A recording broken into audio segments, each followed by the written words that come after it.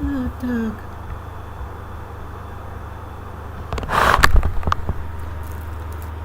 We are gathered together in thy name, do most humbly beseech thee to send down thy heavenly wisdom from above to direct and guide us in all our consultations. And grant that we, having thy fear always before our eyes, and laying aside all private interests, prejudices, and partial affections, the result of all our counsels may be to the glory of thy blessed name, the maintenance of true religion and justice, the safety, honor, and happiness of the king, the public weal, peace and tranquility of the island, and the uniting and knitting together of the hearts of all persons and estates within the same, in true Christian love and charity, one towards another, through Jesus Christ our Lord. Amen.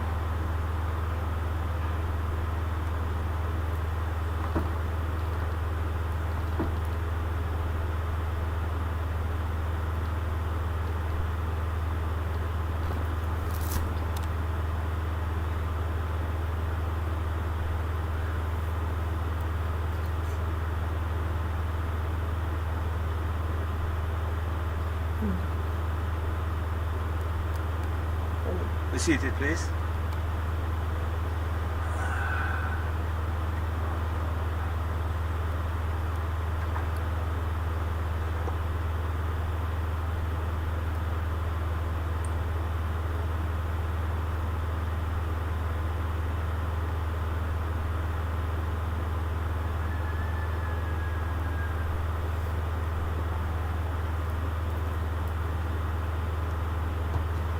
And before we begin the business of the day, we have a number of visitors in the gallery. I take this opportunity to welcome you to the Senate. Normally we make or try to make a 10 o'clock start, so we apologize for the delay. So welcome to the Senate. And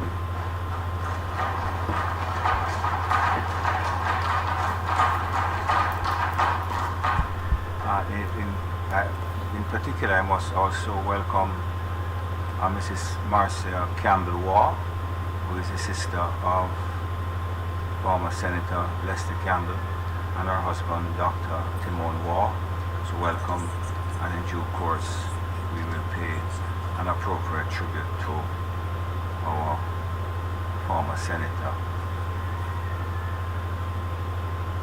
I am also going to crave your attention to make mention of the passing of iconic Jamaican artist, Mrs. Suzanne Alexander O.D., who passed peacefully this week, born in 1929, so she had an extended career, and she was actually born in New York and came to Jamaica early in 1951 and begun a career in Jamaica as an artist. In recognition of her achievements as an artist, she received, amongst other accolades, the Marcus Garvey Award for Art in '78. She was inducted into the Hall of Fame of the Caribbean Foundation of the Arts in 1999 and was conferred by the government of Jamaica an Order of Distinction in the rank of Officer Class in 2024. The National Gallery of Jamaica has expressed condolences to her family, in particular her son Philip and daughter Wendy.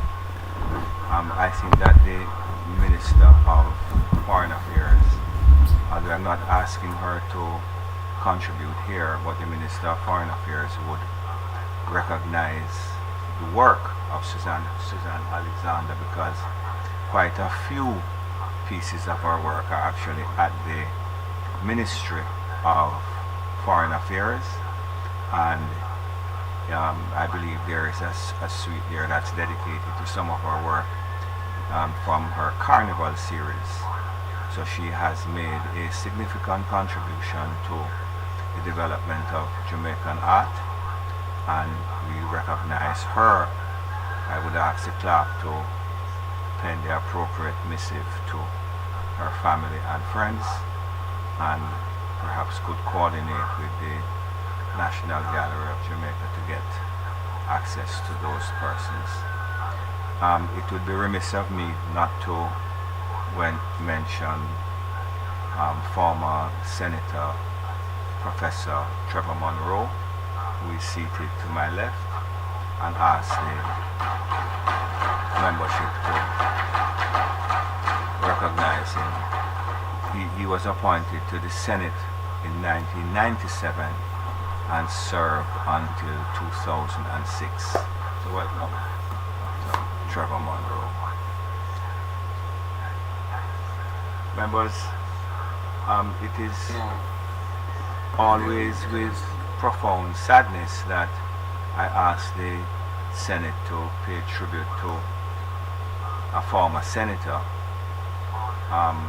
and it is all the more when that person is someone who has recently sat in this chamber. So it is with profound sadness that I pay tribute today and ask my colleagues to do likewise to former Senator and former Member of Parliament Leslie Campbell, who passed earlier this week. Those of us who know him know that he was ill for some time, and he did in fact maintain his sense of humor and composure to the last, and communicated with quite a few of us. He was out of the jurisdiction. I had the privilege of working with Mr. Campbell, Lex as we call him, in the Senate and in the legal arena for many years. And I say without contradiction that we have lost a fine Jamaican in the person of Leslie Campbell.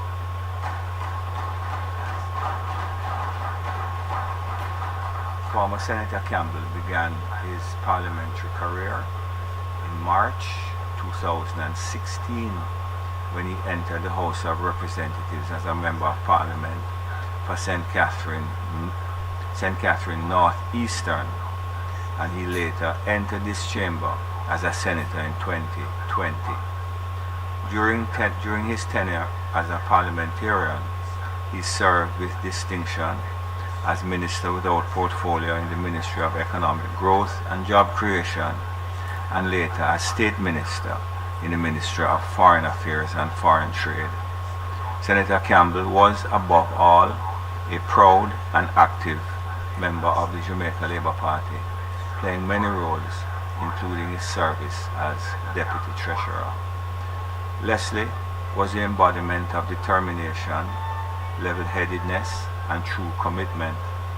He wanted the best for Jamaica, and he played his part in advancing our nation and our people through strategic development at the local level and engagement on the international stage. His warmth combined with his calm and kind spirit left a lasting impression on those with whom he came in contact. He was a witty conversationalist and maybe as a lawyer in him, but always had evidence to back up his assertions.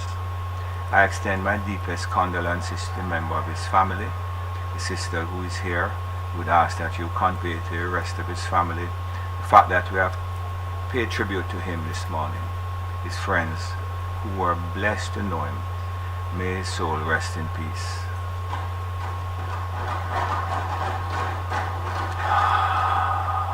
Minister Johnson Smith. Thank you, Mr. President. Mr. President, I rise to join in your words of remembrance, your tribute, and to add my voice to the condolences and sympathies being conveyed to his family present, and the request that you convey to the wider family our sympathies and our prayers for your comfort at this time of grief. I recall our former colleague Leslie as all that you have described him, Mr. President. He was an attorney at law, businessman, former member in that other place, and particularly, of course, as a former member of the Senate and a former Minister of State. Leslie served in many roles outside of his parliamentary and executive roles, including as Deputy Treasurer of the Jamaica Labour Party, but I also served with him on the Legal and Constitutional Committee and other committees, dispute resolution, other committees of the party over many years. Leslie was a steady, reliable, knowledgeable, and principled leader who believed in service and his country. It was these qualities that endeared him to the good people of St. Catherine Northeastern, with whom I share my own bond through my father, the Honorable Anthony Johnson OJ, who also served that constituency.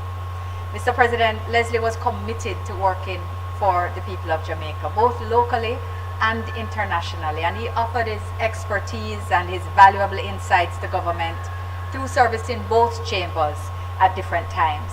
Of course, he did so in service as well as Minister without Portfolio in the Ministry of Economic Growth and Job Creation, and then serving in the Ministry of Foreign Affairs and Foreign Trade as Minister of State. As a parliamentarian and particularly as a senator, Leslie carried out his duties with diligence, with dignity, and a steadfast commitment to service, earning the admiration always and respect always of his colleagues. He worked well, in fact, with colleagues on both sides, and he was, again I say, respected by all. He was also very sincerely liked. He was just a great guy, great and personable individual. Mr. President, Leslie was appointed to the Foreign Ministry after the general election in September 2020 with responsibility for diaspora affairs. And this government has always recognized the critical role that Jamaicans overseas play in our national development, and Leslie understood this fully. He embraced the emphasis we place on diaspora affairs and was therefore entrusted with the role of building and managing these critical partnerships, and he undertook this role with fervor. In particular, he worked closely with the then newly established Global Jamaica Diaspora Council and the Global Jamaica Diaspora Youth Council towards a much more strategic and more inclusive engagement across the globe. As the inaugural chair of the GJDC, he played a key role in guiding its work, recognizing that this also transited the time of COVID and required a particular level of innovation and communication for which he was very well suited. Mr. President, he ensured that his engagement was in a manner that benefited the members of the councils, the ministry, the diaspora, and indeed the government of Jamaica. Mr. President, as referenced, of course, he took office during the height of the pandemic, and he exercised a great deal of flexibility in operations, always suggesting new ideas and new ways of doing things. He was at the helm of the process to ensure that despite the pandemic, our engagement continued, and he was instrumental in overseeing the arrangements for the virtual staging of the Diaspora Sustainability Symposium in 2021 and the Jamaica 60 Diaspora Conference, which was held in 2022 in hybrid format. In addition to Leslie's oversight of the diaspora portfolio, he made significant contributions to other areas of the Foreign Ministry's work, including at the regional level through the Economic Commission for Latin America and the Caribbean, ECLAC, as Sherpa for the UN High-Level Panel for Sustainable Ocean Economy, and for engagement with our bilateral partners. Mr. President, I'm also honored just to share a few memories of some members of the Foreign Ministry family who worked closely with Leslie. They reflect on being struck always by his affable manner and his interest in their welfare and well-being. He was, in some ways, they reflect a silent river that ran deep, in that he was a man of few words, but when he spoke, he did so with clarity, discernment, understanding, and a remarkable emotional intelligence. Staff also shares, and this is the most widely held, that they most fondly remember him for his jokes. Whether hit or miss, and every speech was littered with humor, but whether hit or miss, they always drew laughter. And during his brief introductory speech on the first day at the ministry, which is the most remembered speech, staff members still recall that they were not only disarmed by how funny and how personable he was, but they were also left in stitches. Mr. President, Leslie's leadership style was particularly appreciated because he's remembered as having led not just with skill, but with a heart, making everyone feel seen, valued, and supported. I want his family to know that this is how he's remembered, and they remember him in this way, not only at Capitol, but across the missions where he had engaged with heads of mission and diaspora communities during his time of service. His laughter was infectious, his wit effortless, and his presence a constant reminder that work could be both most meaningful and enjoyable. He gave generously of his time, his guidance, and his belief in those around him. And in doing so, he helped others to grow in ways they didn't think possible. He led with empathy, listened without judgment, and also found ways to uplift.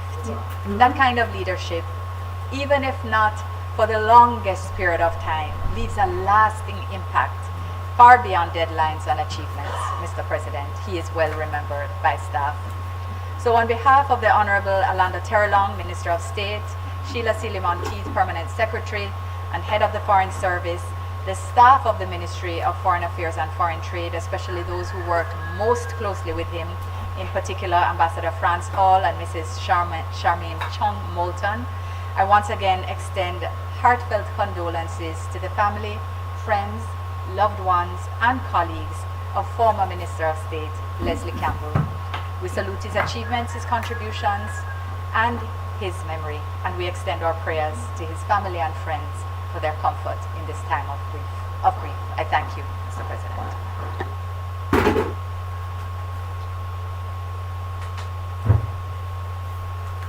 Thank you, Minister. Senator Scott Motley.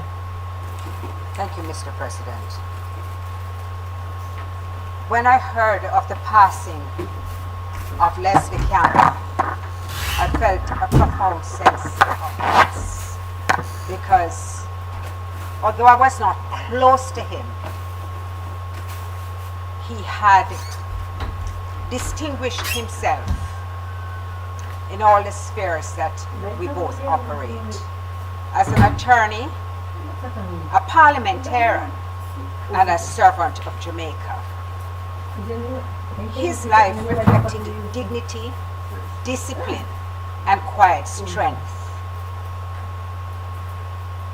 There are some amongst us whose contribution is not measured by volume, but by substance, not by spectacle, but by worth.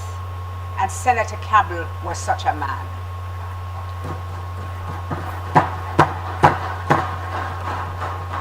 He brought to public life a calm intellect, a careful mind, and an unwavering respect for the institution he served. And sometimes our conduct in the chamber here met with great displeasure on his part.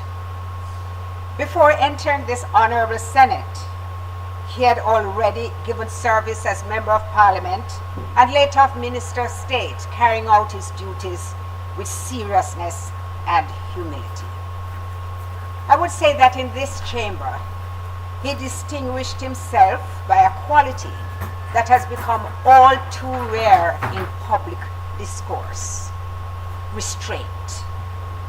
He did not seek attention through crude political banter or personal attacks. He understood that disagreement need not descend into disrespect, and that public service is elevated when debate is conducted with civility and purpose.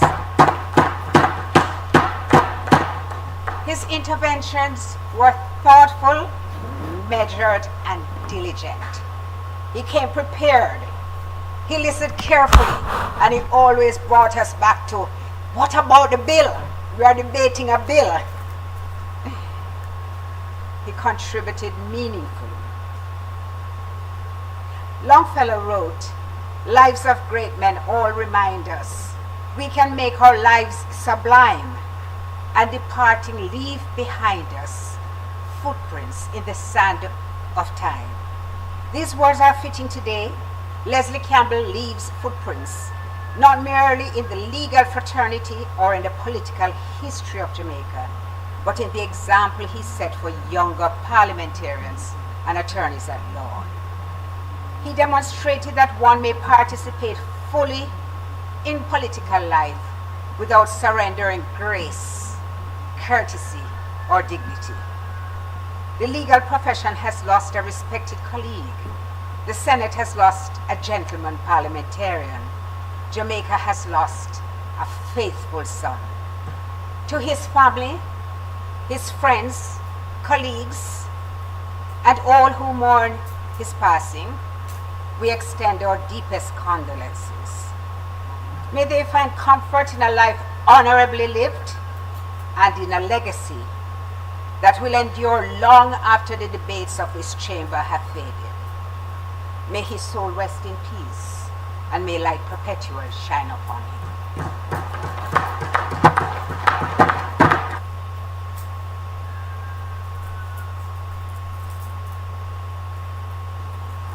Senator Sinclair. Thank you very much, Senator Scott Motley. Thank you, Mr. President. Life can be fickle. We are here today and gone tomorrow. It does not seem that long ago that Leslie Campbell shared this space with us, a member of the Senate, and in other places as a devoted party member of the Jamaica Labour Party and an attorney at law. I had the privilege, Mr. President, of sharing all those spaces with Leslie. The Senate, the party, and in the legal profession. So we pause to honor the life and legacy of Leslie Campbell, attorney at law, a man whose intellect, discipline, and quiet excellence spoke volumes. He possessed an eye for detail, a deeply studied mind, and a record of professional success that spoke for itself. Yet, despite his accomplishments, he remained humble, never boastful, never seeking acclaim, but always grounded in purpose and principle. So, President, I recall doing a trial with Leslie in the St. James Parish Court. After he made his first appearance and spoke, I said to myself, this man is quite clever. I had to lift my game a notch. I would have said to all our counsel, don't be disarmed by his posture and his congeniality. Know what you're doing when Leslie is on the other side. And you know, we had a taxation matter, Senator Scott Motley. And Leslie called me on the morning of the taxation hearing. And something in my gut said to me, don't take that call. Don't take that call. And I made the error in taking the call, Mr. President. And what I was anticipating and expecting as to be the result of the taxation, in a matter that I was successful, it went south. Because that call, Leslie didn't even appear. He just said, Sinclair, you're going to take less. But he was able to disarm you by his congeniality. As I said, the anticipated pass went south. Leslie believed in service beyond self. He gave generously of his time, nurturing young counsel, guiding them with patience, wisdom, and a genuine desire to see them succeed. His mentorship leaves a lasting imprint on the legal fraternity. His commitment to public life was equally distinguished. He served Jamaica with honor and distinction as a member of parliament, a senator, and as a Minister of State in the Ministry of Foreign Affairs. In each role, he brought diligence, thoughtfulness, and integrity. Within the Jamaica Labour Party, he stood as a standard bearer in a constituency in St. Catherine, carrying the banner with pride and conviction. As a Deputy Treasurer, he contributed to the strength and organization of the party, demonstrating loyalty and steadfast service. But beyond titles and achievements, Leslie Campbell was truly a man for all seasons, jovial in spirit, cordial in every interaction, and ever present with a warm smile. He had a way of making people feel at ease, of bringing lightness even to the most serious of moments. His life reminds us that greatness is not only measured by what one achieves, but by how one carries oneself, how one treats others, and how one gives back. On his passing, Mr. President, I got a call from a mutual acquaintance who resides in Montego Bay. Well, probably to Leslie, he was more than an acquaintance, because there was never a day that I would encounter this gentleman and he would not speak highly of Leslie and how his actions towards him positively impacted his life and that of his family in many ways.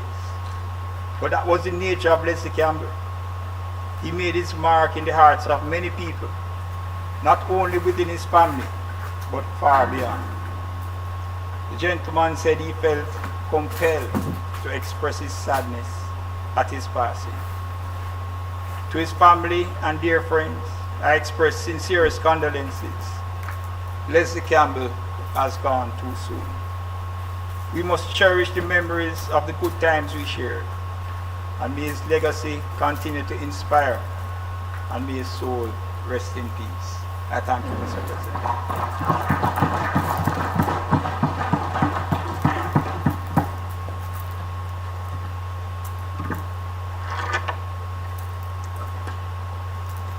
Thank you, Senator Sinclair. Senator Gill.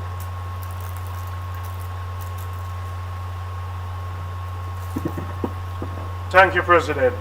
You know, today we celebrate the life of Leslie Campbell, our colleague and friend.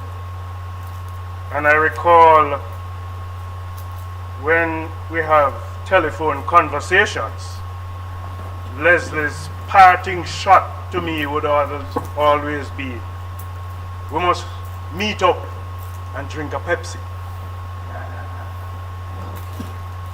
His passing represents a profound loss not only to the Jamaica Labour Party, but to the public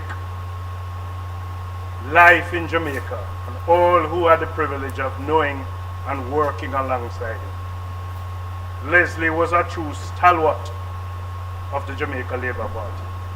He embodied loyalty, discipline, and service in the pursuit of its truest form. He was never driven by personal ambition or the pursuit of prominence. Instead, he understood that political service was first and foremost about duty. Duty to party, duty to country, and duty to people. And one of the things I admired about Leslie Campbell is that he was always willing to serve in whatever capacity he was called upon. And perhaps one of his greatest marks of his character was his willingness, when necessary, to step aside and gracefully make way for others. A team player who was willing to be substituted. That's quite a sacrifice that reflected the dignity of the man. He understood that leadership was not always about occupying the front row, but about strengthening the institution and ensuring the continuity for generations to come. You know, he was a true Senate player. There were many times when we tried to make quorum, and Leslie never entered the chamber from that door or that door. It was always from that door with his bounded leather bag. And he would say, "Good morning." And so you should know this. You know, there are others who have stood up for point of order. Leslie's point of order was always grounded, and the president has no alternative but to accept it. Beyond his professional and political accomplishments, Leslie will be remembered for his qualities that made him deeply respected and admired for those around him. He possessed a quiet strength that reassured others even in difficult moments. He was generous with his time, his wise counsel and encouragement, and generous with other things too, I believe. His wit and humor could lighten the heaviest atmosphere, and his intellectual rigor ensured that every discussion with him was thoughtful, informed, and meaningful. You know, Leslie also carried himself with a distinctive presence. Sometimes when he spoke, his language and expression reflected an almost aristocratic refinement, the kind associated, sir, with nobility, culture, and an old-fashioned world of sophistication.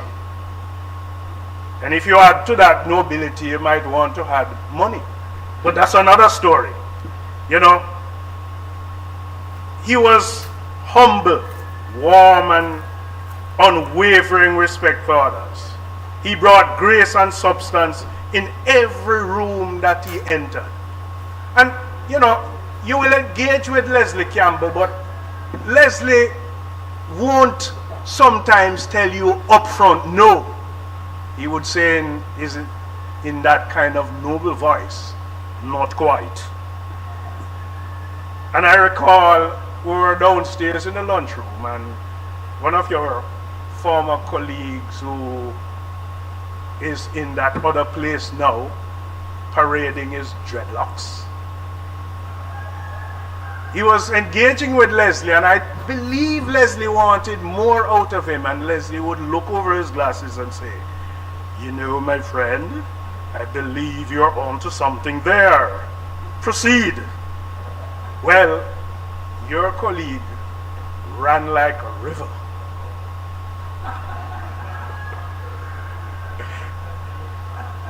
He was a team player in the truest sense, a man who believed that collective success mattered more than individual recognition.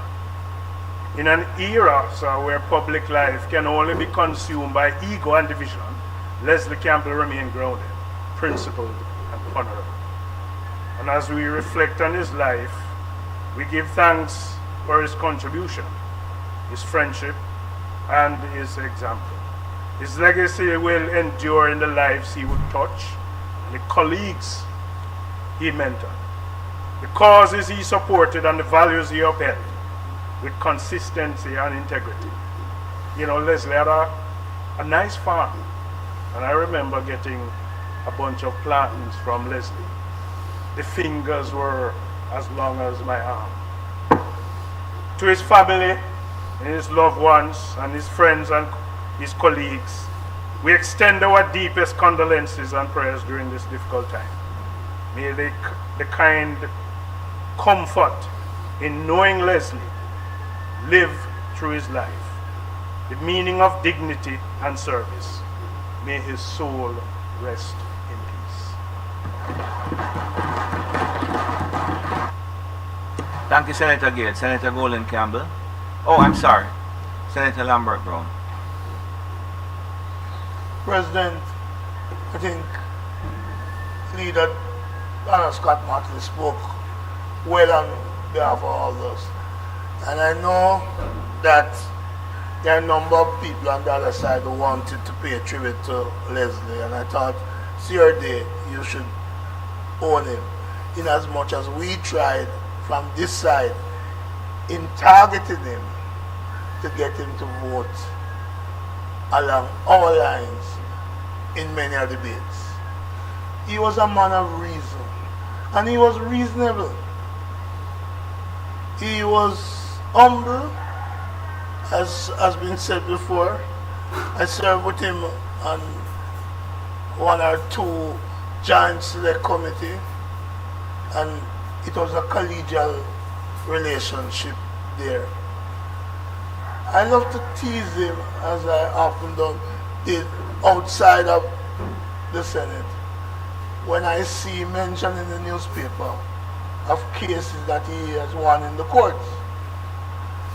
And I said, boy, Leslie, have to share some of that big victory that you had. And he, of course, would find a way to deflect from the need to share. Then in latter days, I realized that he was moving Senator Gale closer to the labor aspect of the law. And he was doing some case involving labor. And I was saying, well, one day you and I will meet, just as Senator Sinclair and him are on different sides. And I look forward to that. But you told me in recent times that he wasn't well, and we wish the best for him. Sadly, the day has come when it is he who must go while we abide. To his family, I say you are a good man in Leslie, and we thank you for lending him to the nation, Jamaica. I look forward to him returning to the Senate, but maybe health and other reasons prevented him.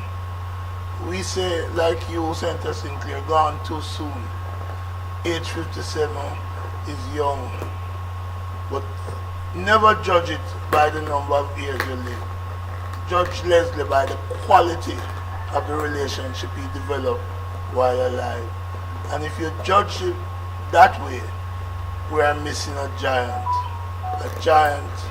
a human being who respected and treated everybody with dignity. May his soul rest in peace.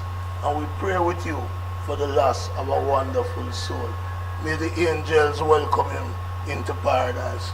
We will miss him, but he will remain with us because he was a gentleman. May it please you, Thank Mr. you, President. Senator Brown.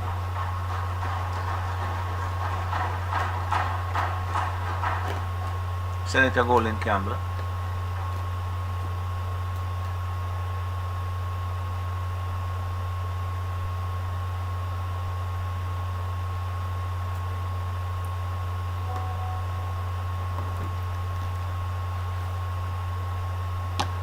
Thank you, Mr. President.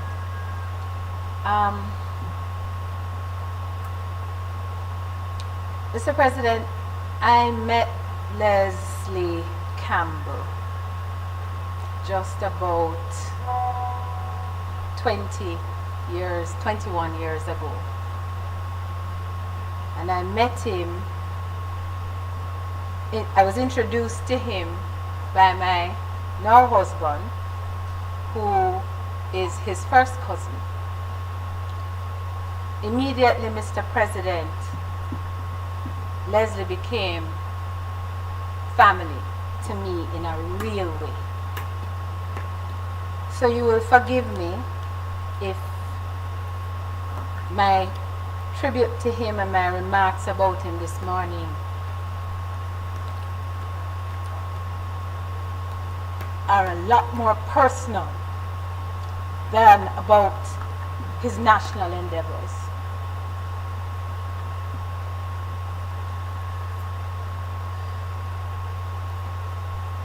Les was everything that you've all said he was.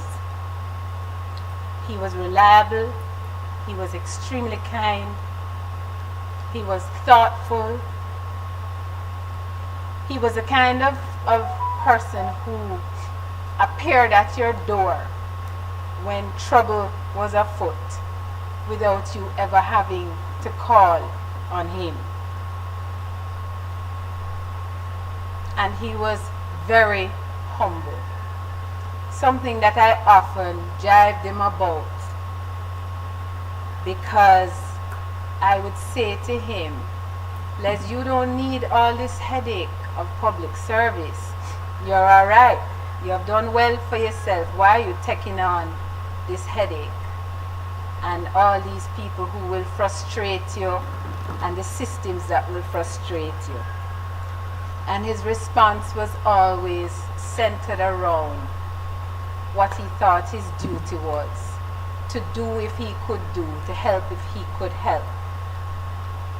His commitment to national service continued really straight up to his passing, because you could call on him at any time, even during his illness, once he was able to speak to you and run an issue by him, a thought by him. We had a lot of discussions in the last year about adverse possession and the need for reform in the laws governing adverse possession.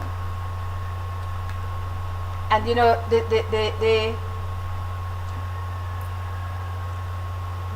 one of the things he exemplified for me was the circumstances around those who give national service. He did not need to. He did not need positions. He did not need accolades.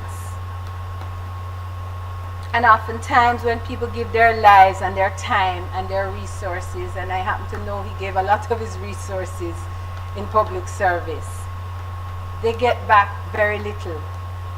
There's no reward, sometimes not even thanks. But that did not deter Leslie Campbell. Leslie was focused on giving. He was focused on service, and he wasn't focused on rewards.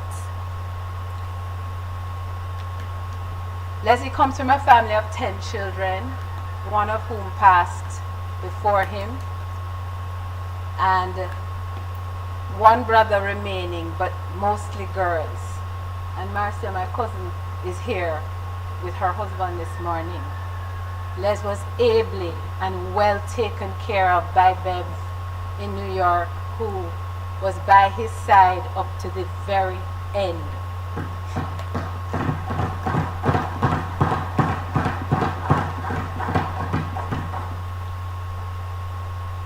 Mr. President, I'm not going to speak much longer because I don't think I can manage to.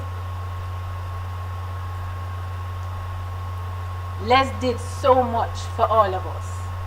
He was the shoulders on which many of us stood. And even though I entered the family recently, I also benefited and was supported by him. And whenever you would say to him, "Boy, Les, how can I help? What can I do to support?" "Oh, darling, nothing. You just do what you need to do and do well at it," would be his answer to me.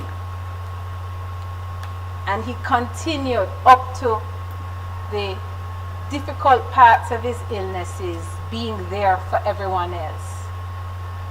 I recall talking to him about a young relative that we had and explaining to him that he was having some tough times. And before I knew it, Leslie was arranging from his sick bed to get resources in place to assist that relative.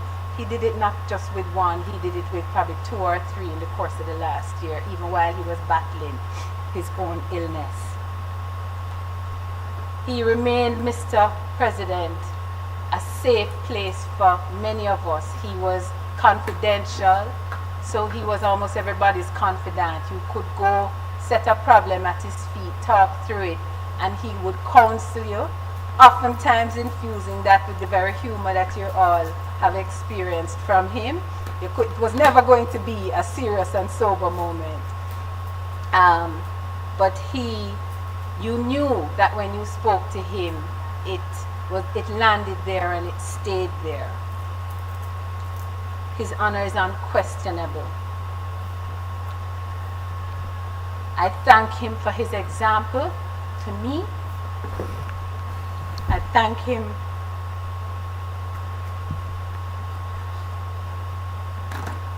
for his example to my children. I will miss him terribly, and I thank the Senate for recognizing and honoring him, and because he has given me the privilege by his treatment of me, I will say on behalf of the Campbell family, we thank you. Thank you, ma'am.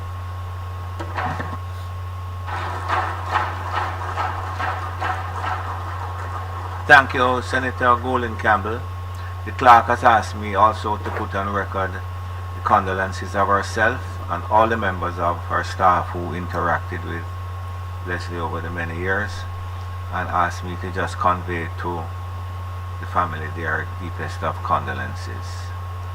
I'm going to ask the membership to rise for a moment of silence.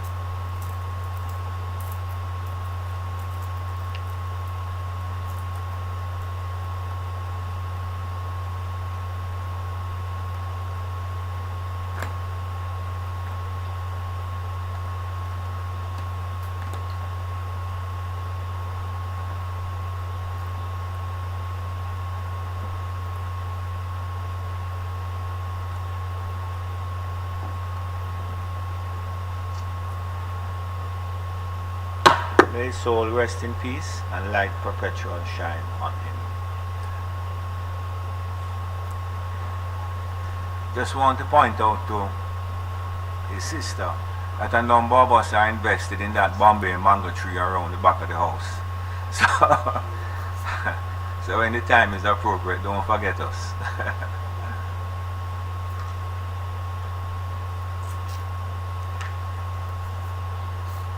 Statements by ministers. Announcements. Laid on the table of the Senate are the following: annual report and audited financial statements of the SCJ Holdings Limited for the financial year 2020-2021 and its related ministry paper number 28 of 2026 titled Annual Report and Audited Financial Statements of the SCJ Holdings Limited for the year ended March 31, 2021. Annual Report and Audited Financial Statements of the Jamaica Bauxite Mining Limited for the year ended March 31, 2022 and its related ministry paper number 29 of 2026 titled Annual Report and Audited Financial Statements of the Jamaica Bauxite Mining Limited for the year ended March 31, 2022. Annual Report and Audited Financial Statements of the Jamaica Vacations Limited for the financial year 2023-2024. Annual Report and Audited Financial Statements of the Montego Bay Convention Center for the financial year 2022-2023. And finally, the annual report of the National Solid Waste Management Authority for the financial year 2024-2025. Thank you, Mr. President. Thank you, Madam Clerk. Bills brought. These reports, am I correct that they are relating to legislation which said they must be presented within months after the year? Because I'm seeing one for 2021, and we're now in 2026, 27. There's one in there's legislation which require that they be presented within, in some case, 4 months after the financial year. Just checking for clarity.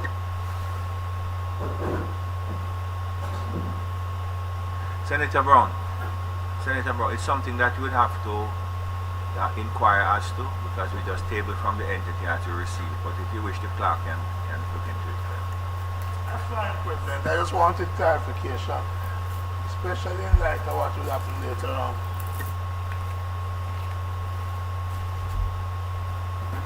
Bills brought from the Honorable House of Representatives.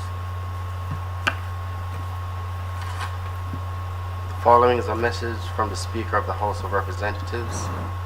I have the honor to advise the Honorable Senate that on the 5th day of May 2026, a bill entitled An Act to Amend the Jamaica Dairy Development Board Act, expand the definition of milk in keeping with international standards, and provide for connected matters was passed in the House of Representatives with one amendment.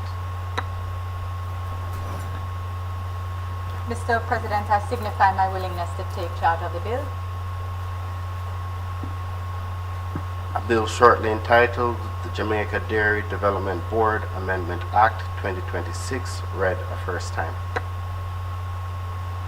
Mr. President, I beg for second reading of the bill. Give notice, sorry, of second reading of the bill. Petitions, papers, reports from committees, notices of motions given orally, questions and answers to questions, motions that may be made at the commencement of public business requiring notice, motions relating to the sitting of the Senate, motions for leave to introduce bills, the presentation of bills without leave of the Senate first obtained. Public Business Minister.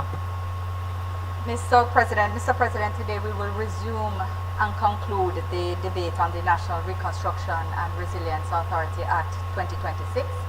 That is the primary item on the agenda today. I just want to extend apologies and with your leave advise that I have to depart in order to attend a funeral, during which time Senator Morris Dixon will lead the Senate and continue to pilot the debate, through the debate. Thank you, Mr. Thank you very much.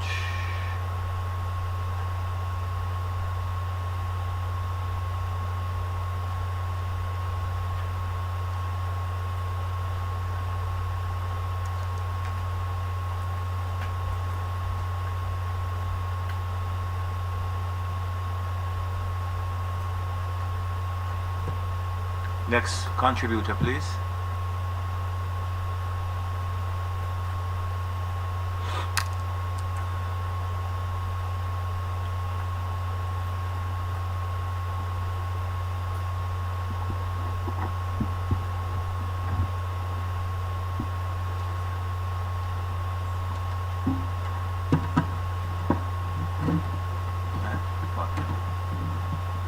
Senator Small Ferguson.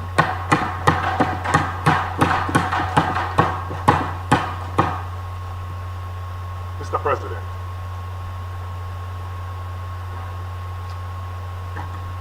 I rise to contribute to the debate on the National Reconstruction and Resilience Authority Bill 2026. At the outset, Mr. President, let me just state categorically that I support the stated objectives of the bill. In the aftermath of Hurricane Melissa, the need for a coordinated, decisive, timely response to support reconstruction, restore normalcy to the lives of those affected, and build a stronger, more resilient Jamaica is not in dispute. Indeed, Mr. President, the Memorandum of Objects and Reasons states that the bill seeks to establish the National Reconstruction and Resilience Authority and a statutory framework for, and I quote, the efficient, coordinated, and transparent management of extraordinary, time-bound reconstruction and resilience efforts to focus on building back better to withstand future climatic and geophysical events, to create a more robust, climate-resilient infrastructure, encouraging better land use planning, to expedite private and public-private investment in priority sectors that address the structural economic vulnerabilities exposed by Hurricane Melissa, and to enable growth and diversification of Jamaica's economic base. Those are objectives, Mr. President, that any well-thinking Jamaica would support. But, Mr. President, support for the objectives does not relieve us of the duty to scrutinize the mechanism. This is a bill, Mr. President, that has been sold by the government fundamentally as legislation for the Jamaican people, and in particular, those whose lives, homes, livelihoods, communities, and sense of normalcy were most directly disrupted by Hurricane Melissa. And that's why, Mr. President, I find it unfortunate, among other things, that despite the bill being amended prior to being retabled in that other place, and further amended during committee in that other place, there remains no clear, defined, and enshrined statement of the objects of the legislation in the operative provisions of the bill. Nothing placing Hurricane Melissa and the people most affected by Hurricane Melissa at the center of the legislation. Yes, Hurricane Melissa is mentioned in the long title and the memorandum of objects and reasons, but those are not the same thing as placing the objects of the act directly in the body of the legislation itself. This omission is important, Mr. President, for a couple of reasons. One is the fact that Parliament is creating a statutory framework for a specific purpose, particularly where the legislation establishes an authority with significant and unprecedented powers. There is particular value, in my view, of stating the objectives of the legislation in the Act itself. Because if this bill is truly about reconstruction and resilience, then the law should say so expressly. Not only in its explanation, but in the operative provisions of the legislation. It should make clear that this extraordinary authority, with these extraordinary powers, exists for a defined and people-centric purpose: to rebuild affected communities, to restore dignity and normalcy, and to strengthen Jamaica's resilience in a way that is inclusive, transparent, and accountable. This type of inclusion, Mr. President, is not unusual or unprecedented in our legislation. The Child Diversion Act, for example, contains an express provision setting out the objects of that act. The Data Protection Act also embeds its objects directly in the operative provisions under the heading Interpretation and Objects. So the point I'm making is not novel, nor is it consistent with our legislative practice. Mr. President, it appears to me from this action that this bill is being presented as being about the people affected by the hurricane, but proposed to be passed without those people who have sacrificed most, the victims, being sufficiently centered in the legal architecture of the bill, including a clear objects provision, Mr. President, goes to the heart of guiding how the authority will interpret its mandate, how Cabinet will design projects, how priorities will be set, and how this Parliament and the Jamaican people will judge whether the authority has succeeded. It's also important for another reason, Mr. President. The bill is being presented as time-bound. I've heard that repeatedly. The government has repeatedly said that NARA is not intended to be permanent. But if the authority is to exist for a finite purpose, then the Act should clearly state and define that purpose. Otherwise, it becomes very difficult to determine from the legislation alone whether the authority's objectives have been fulfilled or whether the authority has effectively concluded its work. Indeed, Mr. President, no one can argue that this bill is not well-intentioned. But, Mr. President, I contend that the role of the Senate is not to merely endorse intention. It's to ensure that the institutional framework we're being asked to approve is properly calibrated, is legally sound, and capable of delivering on the intended outcomes in a manner that is effective, sustainable, and consistent with our broader system of governance in this country. And on this side, Mr. President, it's well known that we have concerns regarding how the bill is currently drafted, and those concerns span all those areas of responsibility that I just described. It's important to acknowledge as well that these concerns are not just on this side of the chamber. They have been articulated broadly and repeatedly by civil society, by environmental advocates, by governance stakeholders, by professional voices, and Jamaicans who support reconstruction, but who are understandably concerned about the fact that urgency seems to be used to displace inclusion, consultation, and in some respects, accountability.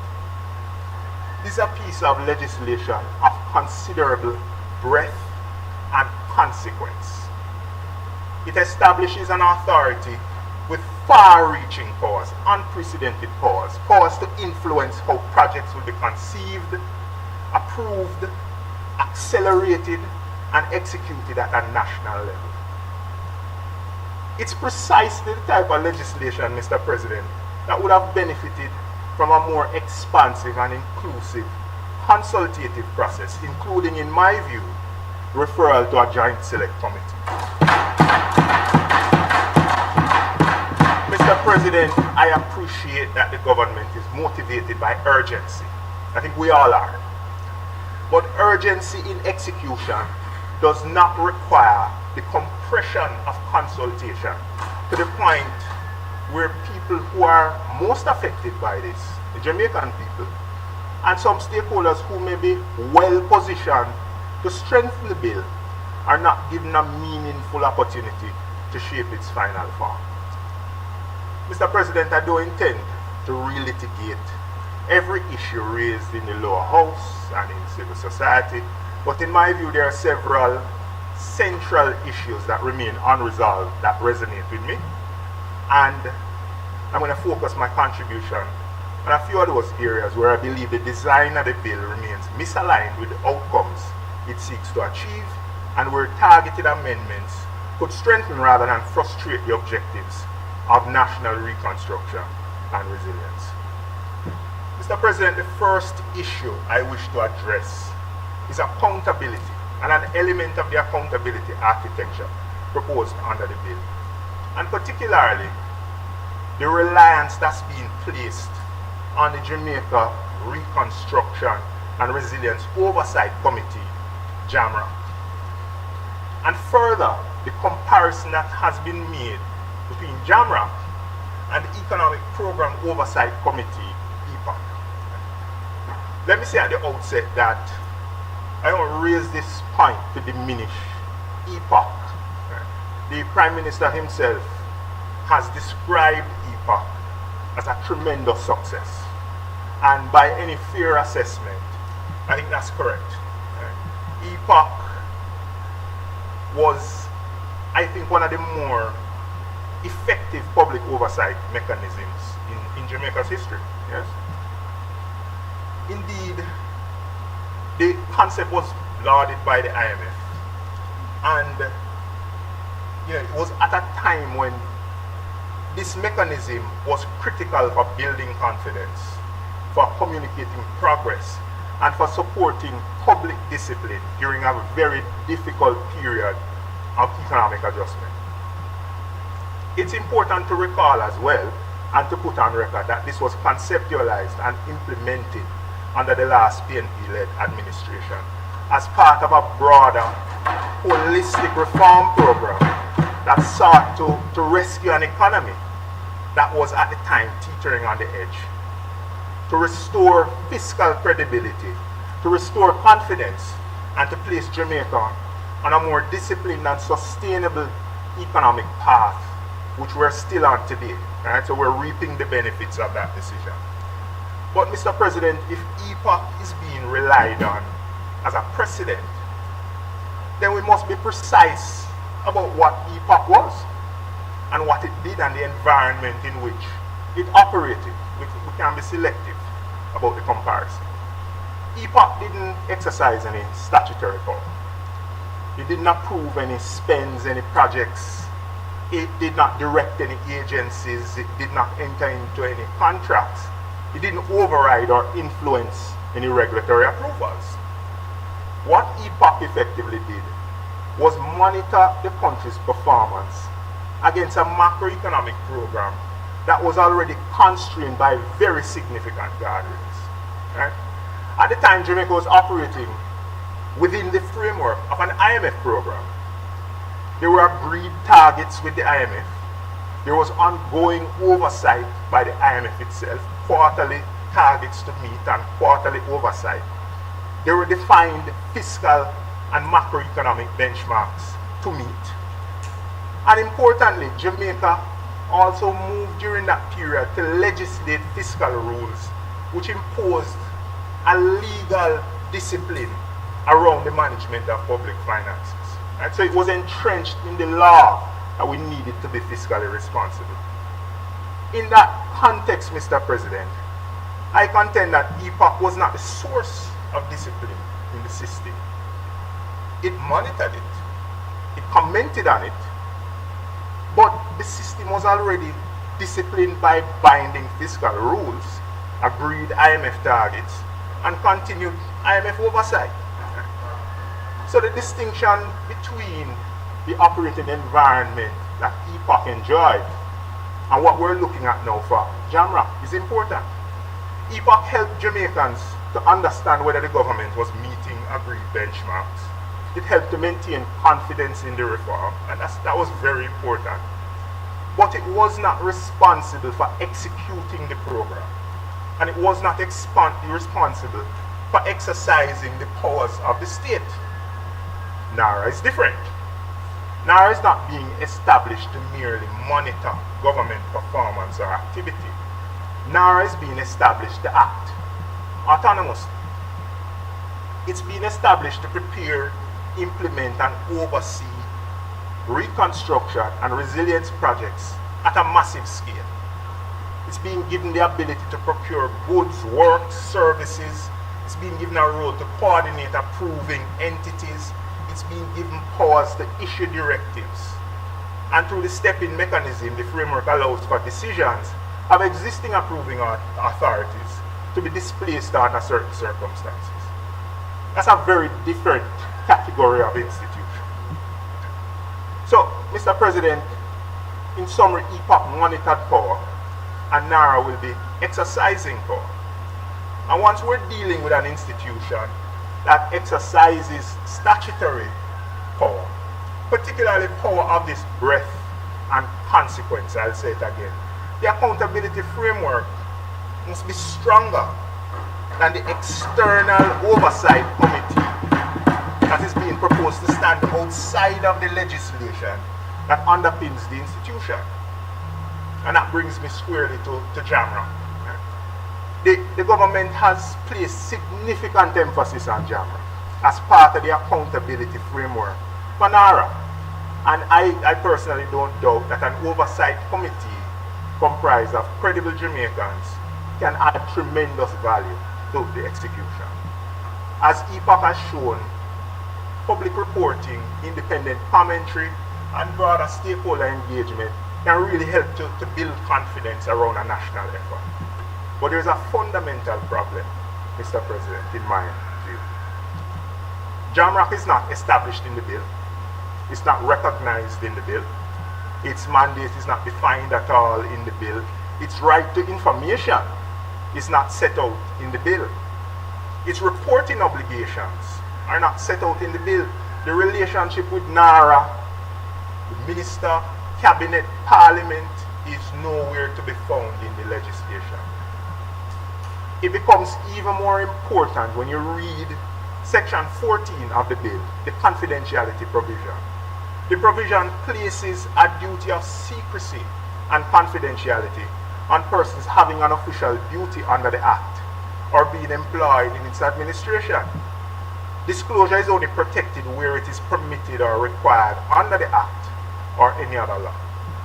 So the practical issue is this. If Jamrock is not identified under the Act, what is the legal basis upon which NARA information is going to flow to Jamrock? If Jamrock is going to provide any meaningful oversight, what information will it receive? Who decides what it receives? Will it have access as a right, or will it only be discretionary? Will it be able to examine details, project level information, procurement information, directive related information, and material implementation issues? Or will it be limited to information curated for public consumption? These questions are important because the Jamaican people are being asked to trust an authority with extraordinary powers at an extraordinary moment. The trust cannot rest only on assurances. It must be supported by law, structure, access to information, and clear reporting. Mr. President, this is where the comparison between EPOC and NARA does not carry as far as the government would suggest. EPOC could function without legislative teeth because it was monitoring performance within a macroeconomic framework already supported by agreed targets, IMF oversight, and legislated fiscal rules. Jamrock is being presented as a central plank of oversight for an authority that will exercise significant legal, operational, and financial powers that requires a different architecture in my view. Mr. President, we must distinguish between what is meant by oversight and governance. Oversight is just one component of governance. It happens after the fact. It reviews, it reports, it comments, it scrutinizes. But governance, on the other hand, shapes decisions as they are being made. It sets parameters, it tests assumptions, it manages conflict, it reviews risk, and it ensures discipline before decisions are taken. So, this bill contains a lot of after-the-fact mechanisms. There are reports, audits, parliamentary tabling. There's the Auditor General who can access information, yes? Those things are important, but they do not fully substitute for governance within the institution at the point where decisions are being made. This is particularly important because NARA is not a small administrative office. Right? And we've heard that this model under which NARA is being created is replicated throughout our system. But there is no true comparable. It's going to interface with resources and stakeholders at a scale that we've never seen before. So, this is precisely why we need to ensure that the accountability framework is embedded and the accountability framework is credible. Mr. President, I don't want anybody to leave with the impression that I'm saying that Jamrock is undesirable. My point is that if Jamrock is going to be relied on as a meaningful part of the accountability architecture, it should not be left outside of the four corners of the legislation. Mr. President, at a minimum, the bill should recognize Jamrock. It should seek to define its mandate, specify its access to information, and remove any ambiguity that exists there. It needs to provide for reporting to Parliament, and it needs to clarify how it will interact with these confidentiality provisions. Alternatively, if the government is unwilling to place Jamrock squarely in the Act, it needs to be strengthened to include more robust internal and parliamentary accountability mechanisms. As currently framed, Mr. President, we're being asked to accept a structure where significant statutory power is being placed in NARA, but the principal oversight mechanism being used used to justify that concentration of power has no statutory footing. That's not a sufficient answer to the governance concerns that have been raised. JAMROC may be useful as a public confidence mechanism, but unless it is legally enabled and unless it has access to information, it cannot at all be a credible element of the oversight. The lesson, Mr. President, from EPOC is not that oversight bodies never need the law. The lesson, Mr. President, is that oversight works when its surrounding framework is clear, disciplined, and credible. And I contend, Mr. President, that for NARA, the surrounding framework is still being created. It needs some work. And if this bill is truly for the Jamaican people, particularly those whose lives and communities must now be rebuilt, then we must get the framework right in the legislation itself. Mr. President, the second issue I wish to address is the absence of a clear sunset clause and the risk that NARA becomes not merely an emergency mechanism, but a parallel system of governance. The government itself has made the case for NARA on the basis of urgency. The argument is that Hurricane Melissa has created an extraordinary national shock, which is true. And the ordinary machinery of government is too slow, too fragmented, and too cumbersome to deliver reconstruction at the pace required, and that a focused, empowered authority is therefore necessary. I understand that argument.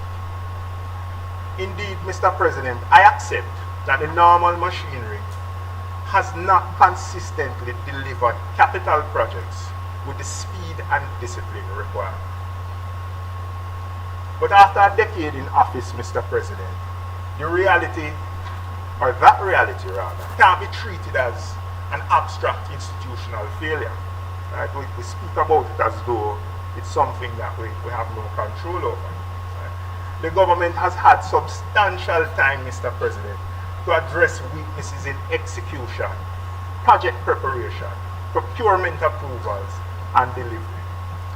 If the government now asks the Parliament to approve an extraordinary mechanism because the existing system is too slow, I believe Parliament is entitled to insist that the mechanism remains tied to the emergency that justified it. NARA must therefore be treated like an emergency tool. It must be tied to the event that justified its creation. It must have a defined life cycle. It must have a clear endpoint. It must not become a permanent substitute for reforming the ordinary systems of government. As currently drafted, Mr. President, the bill does not provide that clarity.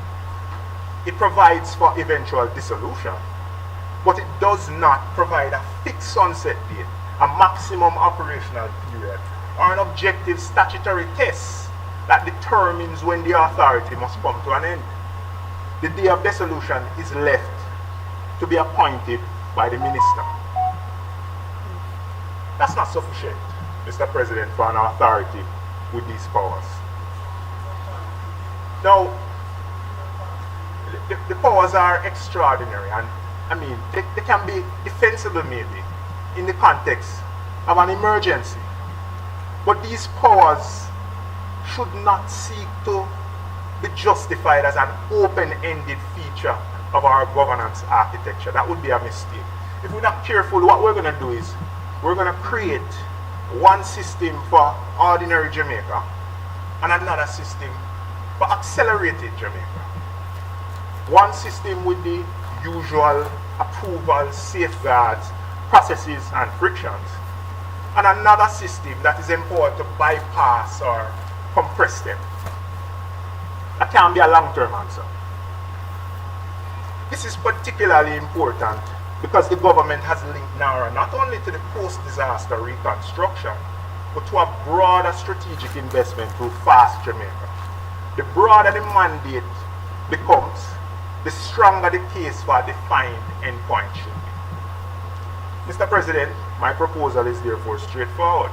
The government itself has repeated repeatedly described the authority as time-bound, then its time-bound nature should not only exist in speeches, it should be reflected clearly in the legislation itself. So in my view, the cleanest approach would be for the Act to provide for NARA to expire automatically after 5 years, unless extended with justification by affirmative resolution of both houses of Parliament.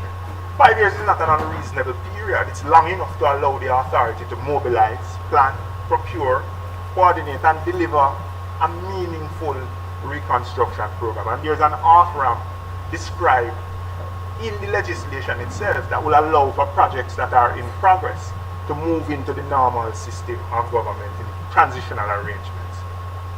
It would be a clear signal to the Jamaican people that these extraordinary powers are temporary and that they must be justified again if they are to continue beyond the period. And there is an alternative approach.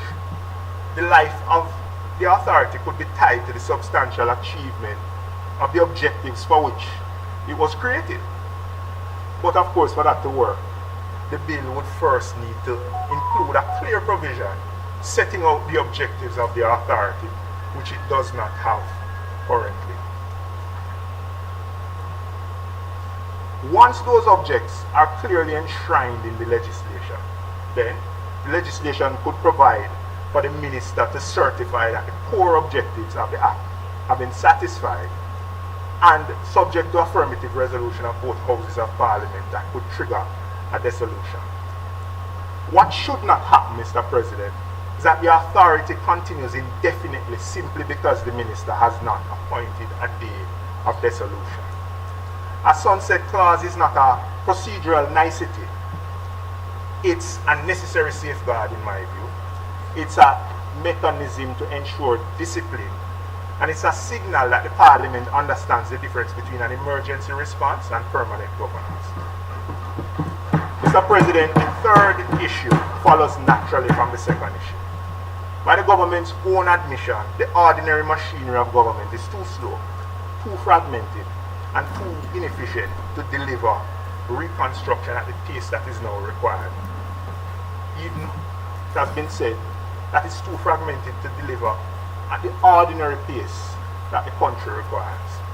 And this is a serious admission, and I contend, Mr. President, that the consequences of that admission needs to go beyond just the creation of NARA.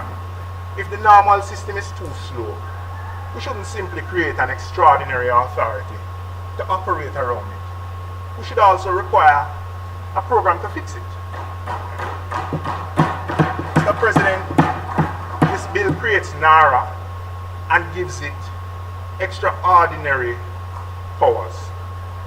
But I contend, Mr. President, that it's deficient in that it doesn't require a parallel program to identify the bottlenecks, the reforms in process, the strengthening of institutional capacity that will leave Jamaica with a better framework once NARA has done its work. Mr. President, if the bill is genuinely about resilience, the resilience cannot only be physical. It cannot just be roads and bridges and schools. It must also be institutional. A resilient Jamaica must have institutions that can plan, approve, finance, procure, and implement public projects without requiring workarounds. So we need to fix the normal system. The bill should therefore, in my view, Mr. President, require a parallel reform program focused on improving the ordinary machinery of government. That program should be visible, Mr. President. The country should not be asked only to look at what NARA is building, but the country should also be able to see what Jamaica is learning. We should know whether approval timelines are being reduced in the ordinary system, whether procurement and project preparation is being improved, and whether the agencies that we've identified as being too slow are being strengthened. And I contend, Mr. President, that this parallel program would not at all delay reconstruction, but it would leave Jamaica in a much better place. Mr. President, the goal of this legislation should not be to build a bypass. The goal should be to repair the road as well, the ordinary road that all of us have to drive on. And when this period ends, Mr. President, Jamaica shouldn't simply have been rebuilt. Jamaica should have had better institutions coming out of it. Mr. President, before I close, I want to briefly engage with some of the arguments advanced in support of this bill, particularly some of the arguments that have been made by Honorable Minister Maurice Dixon in her opening contribution. I don't intend to respond to each of them point by point, but there are a couple of them beyond what I've touched on already that I feel like I need to engage with.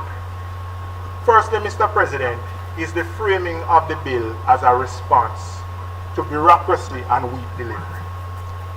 Mr. President, the Minister presented the bill as being necessary to respond to the failures of the ordinary machinery of government to deliver. Right? And the example that she used was an ordinary delivery, it wasn't an express delivery, and said, listen, we're not set up to do things efficiently. And as I said before, I understand that argument. But, Mr. President, that kind of framing risks presenting the choice too narrowly, as though we need to choose between bureaucracy and delivery. Mr. President, Jamaica does not need bureaucracy for its own sake. But what we do need is structured discipline and accountability. And there's a difference between unnecessary delay and necessary governance. The challenge that is before us, Mr. President, is to remove what is unnecessary while preserving what is essential. The second point, Mr. President, is the defense of the CEO-led model as a mechanism for clear accountability. The Minister said that not every public entity requires a board, and that the executive agency model reflects a philosophy of clear CEO accountability to the responsible minister. And I accept the clarity that having direct responsibility is important, and diffuse responsibility can produce delay and weak execution. But clear accountability does not require the removal of governance. Mr. President, in the private sector, the suggestion that a CEO becomes more effective by removing the board, removing risk oversight as a requirement, leaving reporting to discretion, that suggestion would be laughable. And I'm sure, Mr. President, that Senator Duncan would not disagree with you, even if he is at pains to agree with you. A CEO is not made effective by weakening the systems around the office, Mr. President. A CEO is made effective when their authority is clear. And they're made even more effective by a surrounding governance framework that's strong. And the same principle applies here, Mr. President. Again, NARA is not an ordinary arm of government. It's going to be at the center of a lot of activity. And it requires more responsibility, Mr. President, than personal accountability. It requires an institutional architecture. Mr. President, the third issue follows naturally from the second issue, which is the suggestion that the bill contains a sufficient multi-layered oversight framework. And I mentioned before the difference between oversight and governance, right? And the Minister emphasized that the oversight for NARA is multifaceted. Cabinet, Minister, audits, Auditor General, and these mechanisms are very important. But the existence of multiple points by itself, it doesn't answer the design concern. Cabinet approval is not the same thing as institutional governance. Audit is not the same thing as real-time decision-making discipline. Parliamentary scrutiny is after the fact. It's not the same as structured accountability at the point where decisions are being taken. So the real issue is one of adequacy. It's whether the framework is strong enough to cover up the kind of power that NARA will exercise, and whether it can sustain public confidence as decisions are made quickly, at scale, with significant consequences for the Jamaican people. Mr. President, several examples were made and comparisons were drawn with other jurisdictions: Dominica, New Zealand, Japan, Peru, others. So the concept is not novel, and the comparisons are useful. But we must take the full lessons from them, Mr. President. The lesson is not only that these countries created these special reconstruction bodies after the disaster, but the fuller lesson is that where they created these powerful special purpose reconstruction bodies, they also address governance, reporting, statutory purpose, public confidence, and institutional transition. They did that all at once. Dominica's framework, for example, included a more layered institutional structure with policy direction at the top, supervisory mechanisms, audit and risk oversight, and execution capacity operating within a defined framework. The New South Wales model also provides a useful example where it's CEO-centric, but there is an advisory board and a structured interagency coordination. These models recognize that speed and structure can reinforce each other, Mr. President. And Jamaica should not borrow just the idea of creating this very powerful entity without taking the governance along with it. Mr. President, in closing, I return to where I began. The stated objectives of the bill are worthy objectives. The people who suffered most from Hurricane Melissa deserve urgency. They deserve competent execution. They deserve homes restored, communities rebuilt, roads repaired, schools repaired, health facilities strengthened, livelihoods protected, and normalcy returned. But they also deserve a reconstruction framework that they can trust. This bill is not simply about creating an authority. It's about how the state exercises extraordinary and unprecedented power in an extraordinary moment. And when Parliament is being asked to confer that extraordinary power, I think we need to insist on extraordinary accountability. The amendments that have been proposed, suggested, both in the other place and externally, and that will be suggested today, in my view, are practical.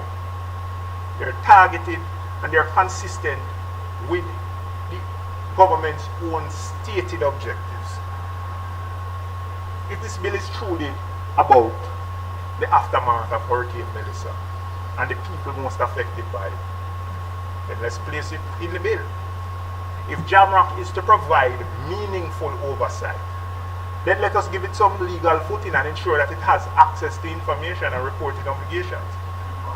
If NARA is intended to be time-bound, then let us make it time-bound in the Act.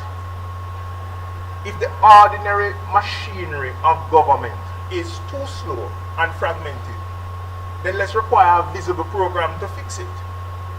None of these things will delay reconstruction. Because there's an argument that if you are constructive about the bill, then you are opposite to reconstruction efforts. And I want to dispel that argument. Right? None of this prevents the government from acting with speed. None of this weakens the response and the ability to respond to the emergency. They simply ensure that the speed is accompanied by structure. The flexibility is accompanied by accountability. And that the extraordinary powers remain tied to extraordinary circumstances that are being used to justify them. I can't see why there is a reasonable opposition to that. Mr. President, the Jamaican people are not only asking, or they are not asking for promises. They're asking for delivery that they can see. They're asking, Mr. President, for systems that they can trust, for safeguards that continue to protect the public interest. One of the most important tests of this legislation will not only be what NARA will build, but will be whether Jamaicans believe that what is built was delivered in a transparent, fair, efficient way, and that whatever was built and delivered was in their interest. Because this reconstruction thing is not only going to be a physical exercise, it's going to be an exercise of public trust. You see, the biggest example probably that we have taken as a country. And the trust is not built by asking people to accept assurances that things that are being set up outside of the bill will happen. It starts with how we construct the law, the structure, the reporting, the transparency, the accountability. Mr. President, Jamaica must rebuild. Nobody on this side is opposed to that. But we must rebuild with competence. We must rebuild with transparency. We must rebuild with accountability. And if we are serious about resilience, then resilience must mean more than the physical infrastructure. It must mean stronger institutions, stronger safeguards, and stronger democracy. And if we're truly legislating for the people that we're supposed to serve, then the people must be able to see themselves in the legislation. They must see the purpose. They must see the safeguards. They must see how decisions will be made. They must see how the money will be spent. And they must know that when this extraordinary mechanism is put in place, that it actually will come to an end. That we're not going to roll this thing over into perpetuity. And that is not obstruction or opposition. I think it's responsible lawmaking. Mr. President, we owe the victims of Hurricane Melissa more than urgency. We owe them urgency with accountability. We owe them speed with transparency. And we need to rebuild with trust. That's the standard that the Jamaican people deserve. With it pleases you, Mr. President.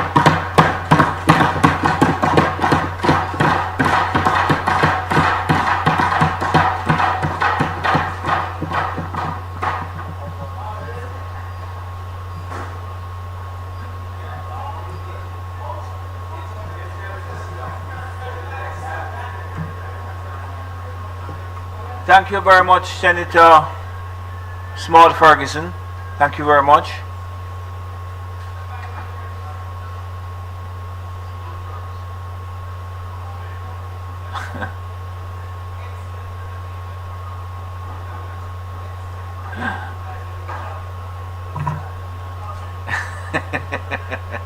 Senator Duncan, put on the other mic for me, please. This one over this side. Good. Thank you very much, Senator Duncan. Proceed, please.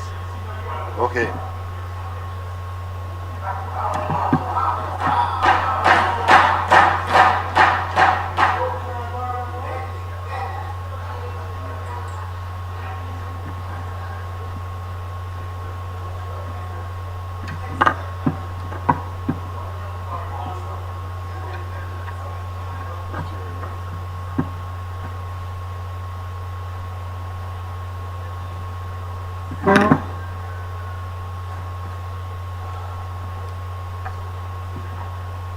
Afternoon, colleagues.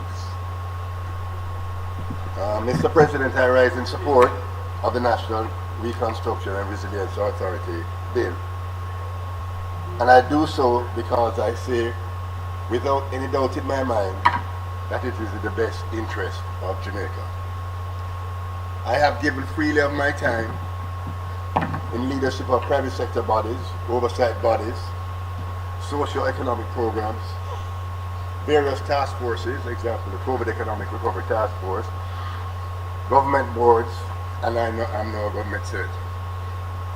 I stand here as a patriotic Jamaican who wants to see Jamaica deliver on its promise. This is a game-changing moment for Jamaica, where we as a country can convert disaster and a crisis into a tremendous opportunity to fast-track Jamaica's development. Let me begin, Mr. President, by acknowledging the contributions of my colleagues on both sides of the aisle, that the concerns have been raised about the concentration of authority in a single body, about the adequacy of accountability mechanisms are not frivolous. They are the right questions to ask. My purpose today is not to dismiss those concerns, but to address them, as I believe the bill is fit for purpose with appropriate safeguards. But it also demonstrates how this bill can facilitate and fast track Jamaica's development. But let's first start with the scale of the matter that we're dealing with.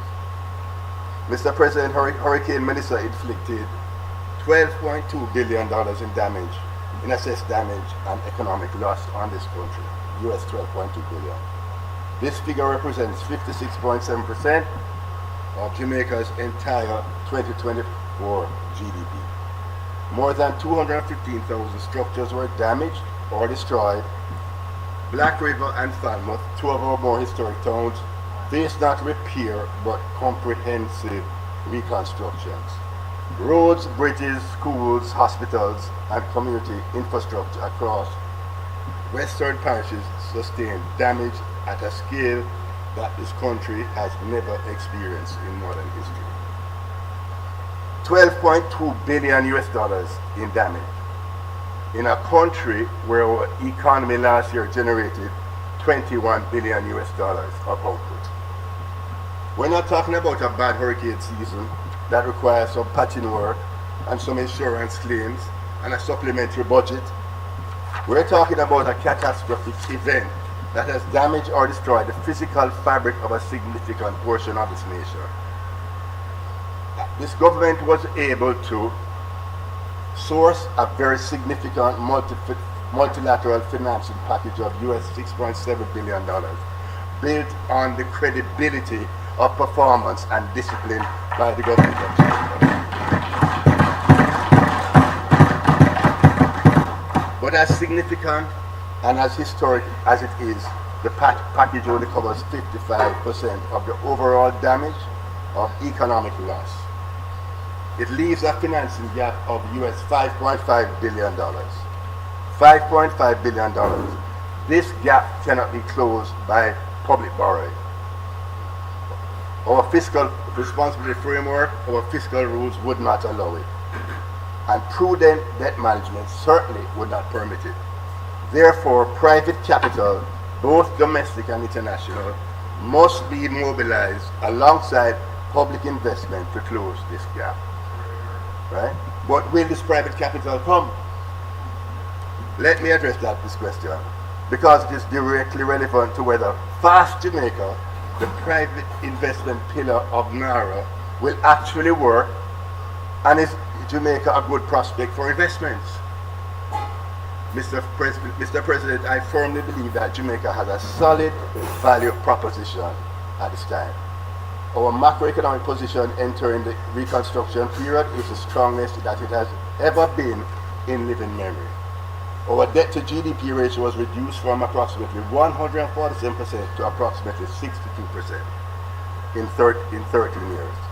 A fact that speaks to the institutional anchoring of fiscal discipline in this country. Unemployment at a historic low of 3.3% before Melissa. Our net international reserves were at $6.9 billion as at the end of March, the highest ever recorded. Following Hurricane Melissa, all three major credit rating agencies reaffirmed Jamaica's sovereign rating. Moody's went further and issued an upgrade, citing the strength of our institutional framework and our record of discipline. Mr. President, Jamaica has a window of opportunity with the geopolitical environment, albeit very volatile. The global rules-based trade order has been fractured, supply chains are being reorganized, not primarily around cost but around political trust. And this government has employed a foreign policy modality which has made us friends to all. Jamaica is the third largest English-speaking nation in the Americas, with a deep US-Jamaica bilateral relationship with close proximity to the US East and Gulf Coast ports. Mr. President, Jamaica is positioned for further investment to become the logistics hub of the Americas. Jamaica is primed for investment. Global capital is looking for a home, Mr. President. Our job is to build the legal architecture that says Jamaica is ready, the pathway is clear, and our project will be executed at speed and without having to navigate a bureaucratic maze.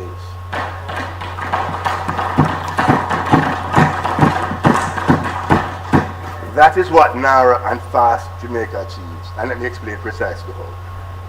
Mr. President, FAST Jamaica is a private investment pillar of the bill that is designed to capture capital, and I believe it needs to be highlighted very much in this national dialogue. FAST Jamaica, the facilitated acceleration of strategic transformation, the framework creates a legally enabled expeditious pathway for private investment projects above a threshold of US 15 million across 12 designated priority sectors. These sectors span energy infrastructure, digital infrastructure, telecommunications, logistics, ports and aviation, water and sewage, low-income housing and urban development, high-value tourism, entertainment, creative industries, specialized healthcare, high-value agro-processing, advanced manufacturing, STEM education and research, and critical minerals and rare earths. And the Cabinet retains the power to designate additional sectors. And we're very proud of that. Now, Mr. President, I want to draw that Senate's attention to something that has been mentioned in passing. And that deserves some emphasis. The FAST Jamaica entry threshold was deliberately reduced from 150 million to US 15 million. The policy decision of setting the threshold at US 15 million is of significant importance to FAST Jamaica, as it can really open up opportunities for Jamaican private sector companies, for diaspora investors, for regional capital, consortiums of small firms pooling resources to invest in projects. Mr. President, there are projects sitting on the files of JAMPRO, the DBJ, and on the desks of private sector executives across this country. Projects that have been held up, but not by a lack of capital or a lack of will, but by the bureaucratic maze that this bill is designed to dismantle.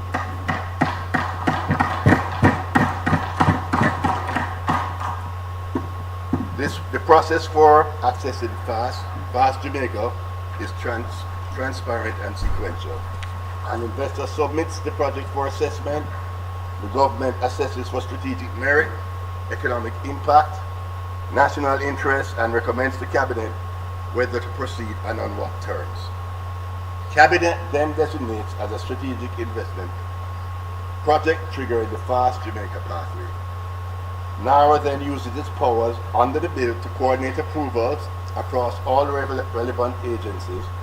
Mr. President, my hope is that with NARA, the era of proposals sitting on desks for years is finally over, and private capital will come to the table and utilize the FAST pillar and close this funding gap of US 5.5 billion. And of course, as we go through this process as a country and as a government that learns and adapts, we would expect that over this period, that all of the challenges that we have seen in the procurement process, in all of these approval processes, in the bureaucracy, that they will be addressed, and I know for sure that the procurement policy is being looked at as we speak, and therefore, at the end of the day and at the end of this period, when we see what works best, we expect that we will adapt best practices going forward.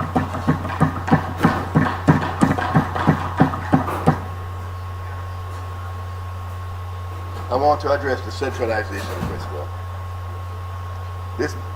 Mr. President, the concern I've heard most frequently in the debate is that NARA represents an inappropriate centralization of our authority. That it consolidates too much power in a single body, that it displaces existing agencies and establishes processes in ways that are constitutionally or institutionally problematic.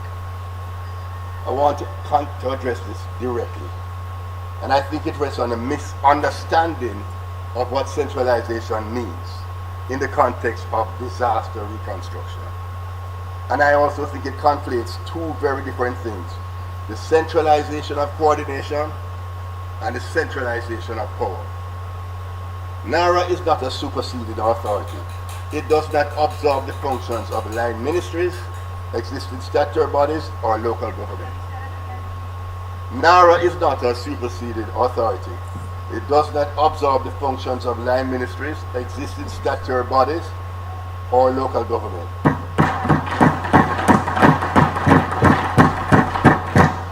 What it does and what it must do is serve as a single point of national coordination across all those entities.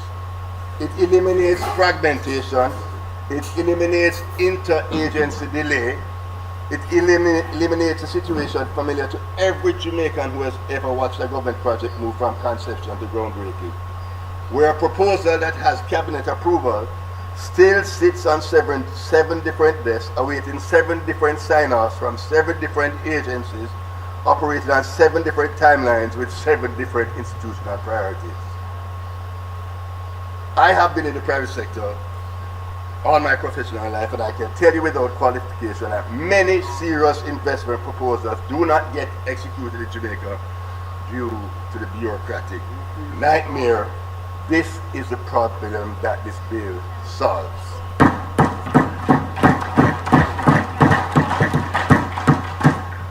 The Fast Jamaica Pathway is a legislative commitment that an investor will receive a clear approval or rejection, not silence, not being passed around from one agency to the next, and not an invitation to come back 6 months when the relevant committee is going to meet. Mr. President, I ask those who argue for less centralization, when did decentralized, fragmented, multi-agency approaches to national programs deliver results at a scale and in a timely manner? Right. We do not have the luxury of repeating that story with a US $12.2 billion economic damage that we as a country have.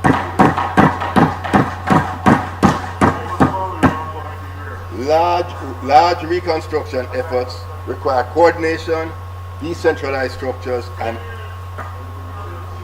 that large reconstruction efforts require coordination that decentralized structures are institutionally incapable of providing. And let me talk about JAMROC now. The accountability architecture. Mr. President, I want to talk about JAMROC, Jamaica Reconstruction and Resilience Oversight Committee, which the Prime Minister has announced and will provide independent oversight of NARA's work. But I want to confess I'm in a position of somewhat a conflict of interest in this discussion because JAMROC is modeled on EPOC, the Economic Program Oversight Committee. EPOC was a social consensus body that I advocated for and worked closely with Dr. Peter Phillips, and I will tell you how this happened, Ramon, because you need to know the facts, my brethren. Okay?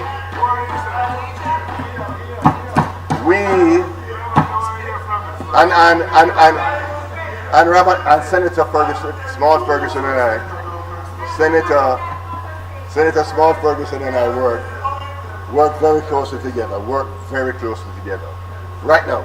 But he was their own because he was their own at the time.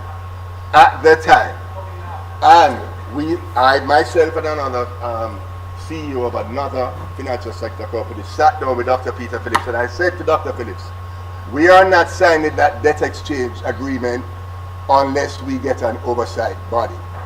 That is how EPOC came about. Okay? And I worked closely with Dr. Peter Phillips. We agreed on who would sit on this body. Dr. Peter Phillips, we agreed on the unions, we agreed on agriculture, we agreed on small business, we agreed on the financial sector, we agreed on that's agriculture and small business, the unions.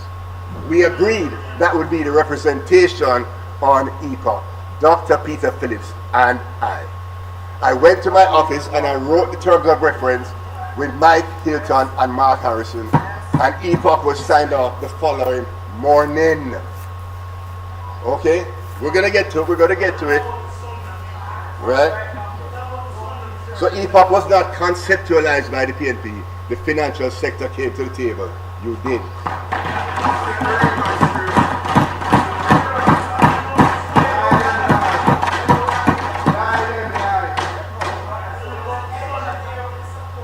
With the caveat,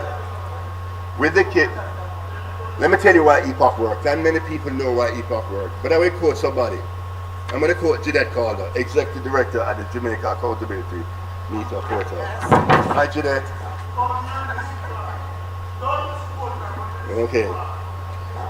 There is no more powerful tool for oversight than social consensus. And EPOC carried us through the economic reform program. It played a role in keeping the opposition then on side, keeping us informed, working with the Minister of Finance. End of quote. EPOC was created in 2013 to provide independent oversight of the program, IMF Extended Fund Facility, but it continued outside of IMF programs, because in 2019 we seized the IMF program. In 2020, after COVID, 2021 or so, we went back to the IMF event.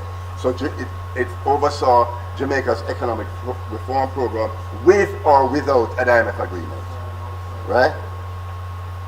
And EPOC was wowed down as the central bank got independence, and the Independent Fiscal Commission was established. Then the institutional framework was in play, right?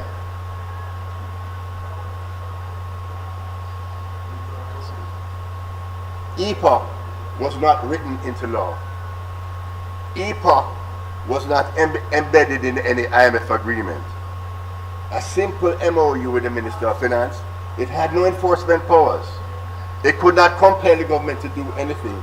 It only could report and publish, hold press conferences, and lay its findings before the public, who for good reason believe EPOC to be independent, credible, and not influenced by the political class. Mr. President, it turned out that these limited powers exercised with rigor and with a genuine commitment were more effective at driving government accountability than many mechanisms with far more formal authority. EPOC held two political administrations to account. It reported when targets were met and when they were missed. It published its assessments in plain language for journalists and citizens and international investors who could read and understand it. It demonstrated that a civil society-led, non-partisan, public reported body could maintain its integrity through changes of government, through political pressures, through economic turbulence, and through the occasional, very uncomfortable conversations that we would have had with either side of the aisle. When the news is not good, the government vexed with you. When the news is better, the opposition vexed with you. When the government outperforms, the opposition is vexed with you because you highlight our performance, right?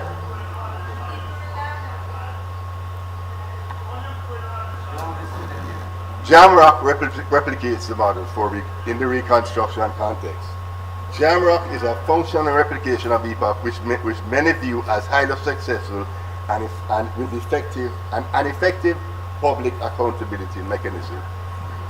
As the IMF and the World Bank relied heavily on IDB, relied heavily on those reports from EPOC and those consultations with EPOC, so will the IMF and World Bank, IDB, and the other agencies who are funding the $6.7 billion of recovery rely on Jamrock for the independent oversight that it will provide.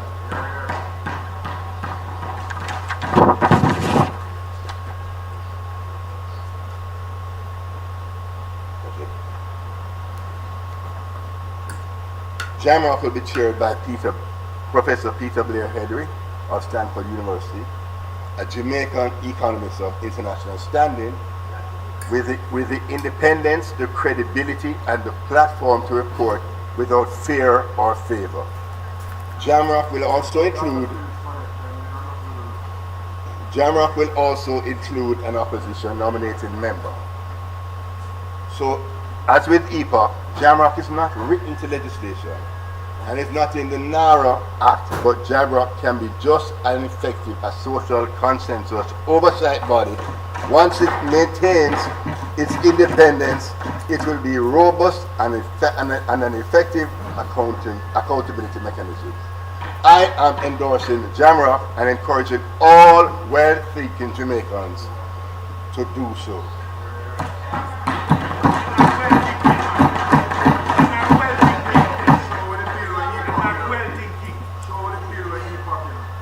Transparency is not a concern. Transparency is not a concern. There's more than sufficient reporting into the minister, into the cabinet, into parliament, and more importantly, to the public through Jamrock.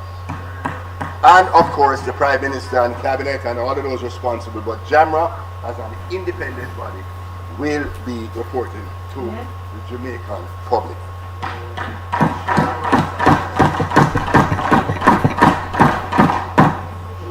In addition, NARA is required under the bill to lay before Parliament its annual report and audited financial statements. NARA will have at all times an electronic list of all reconstruction and resilience projects public transparency. Additionally, NARA will be subject to independent external audit integrity commission, and the Auditor General shall be entitled at all times to examine the accounts and other records in relation to the authority. That's in the bill, right? The PAC and the PAAC retains their full oversight roles. Cabinet retains full authority over all major projects and agreements, as it should, under our democratic and constitutional arrangements.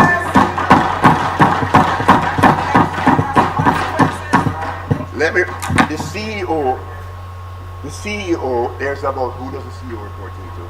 The CEO reporting to the minister, who reports into the cabinet, and the chairman of the cabinet is the Honorable Dr. Andrew Michael Holness, is the chairman of the cabinet. You could not be reporting to a higher body than the cabinet. That's enshrined in our constitution.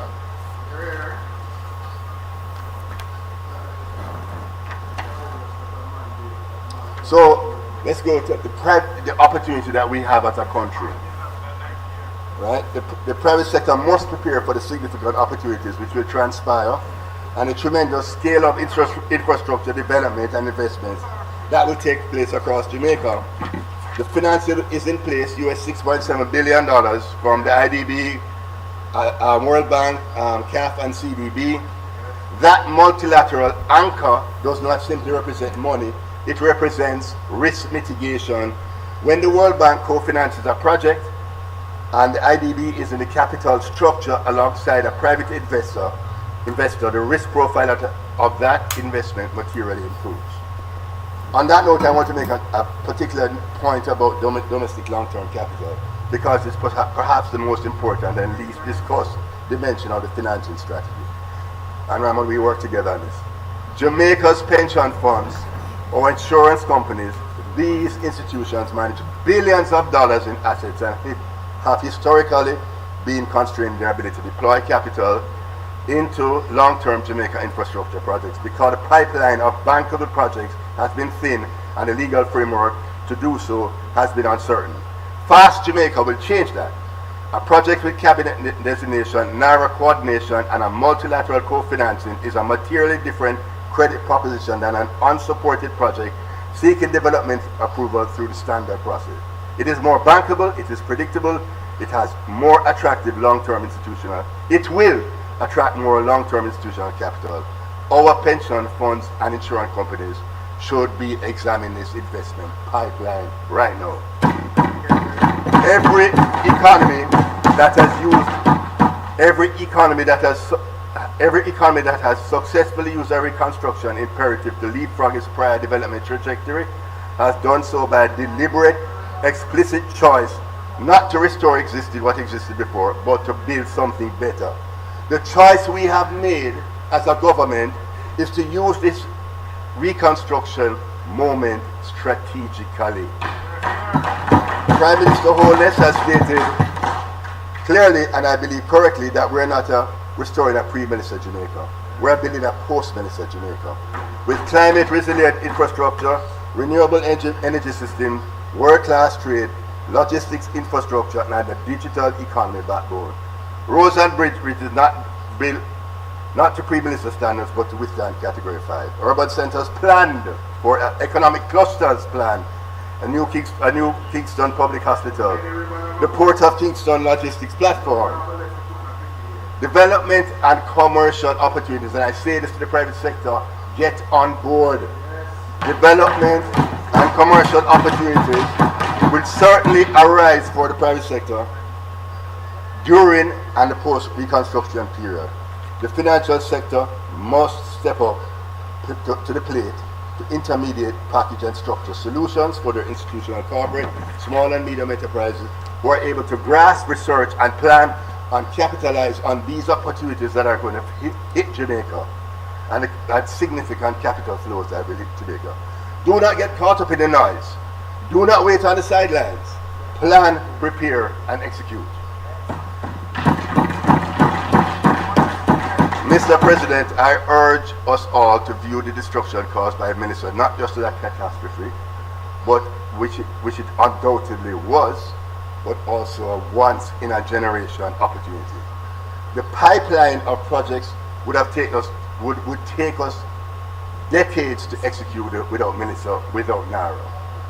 We now have the opportunity to deliver them at pace and scale because the social consensus, welcome to Jamrock, and the national focus that disaster has created, painful as its origins are, will provide a window for action that normal political and institutional conditions rarely permit. NARA and Fast Jamaica are the instruments through which we convert advantage into executed investment. Jobs, infrastructure, inclusive growth, business opportunities, increasing wealth, increasing purchasing power for our Jamaican people. So in conclusion, Mr. President, the concern raised in the debate and the public domain are concerns for a functioning parliament and a vibrant democracy, and they are to be respected. The answers to those concerns are in the bill and the accountability framework.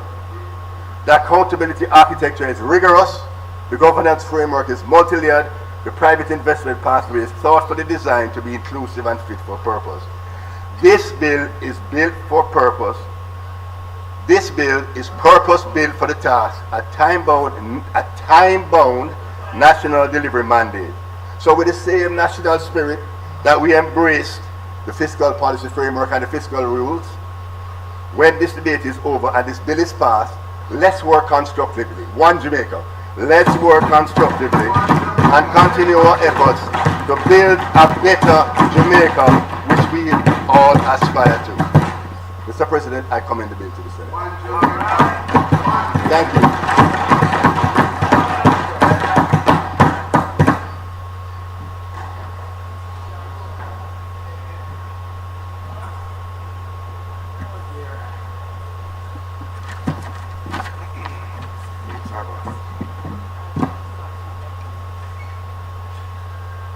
Thank you, Senator Duncan.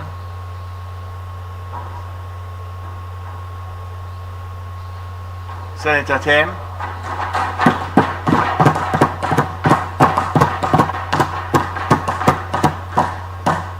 Thank you, Mr. President.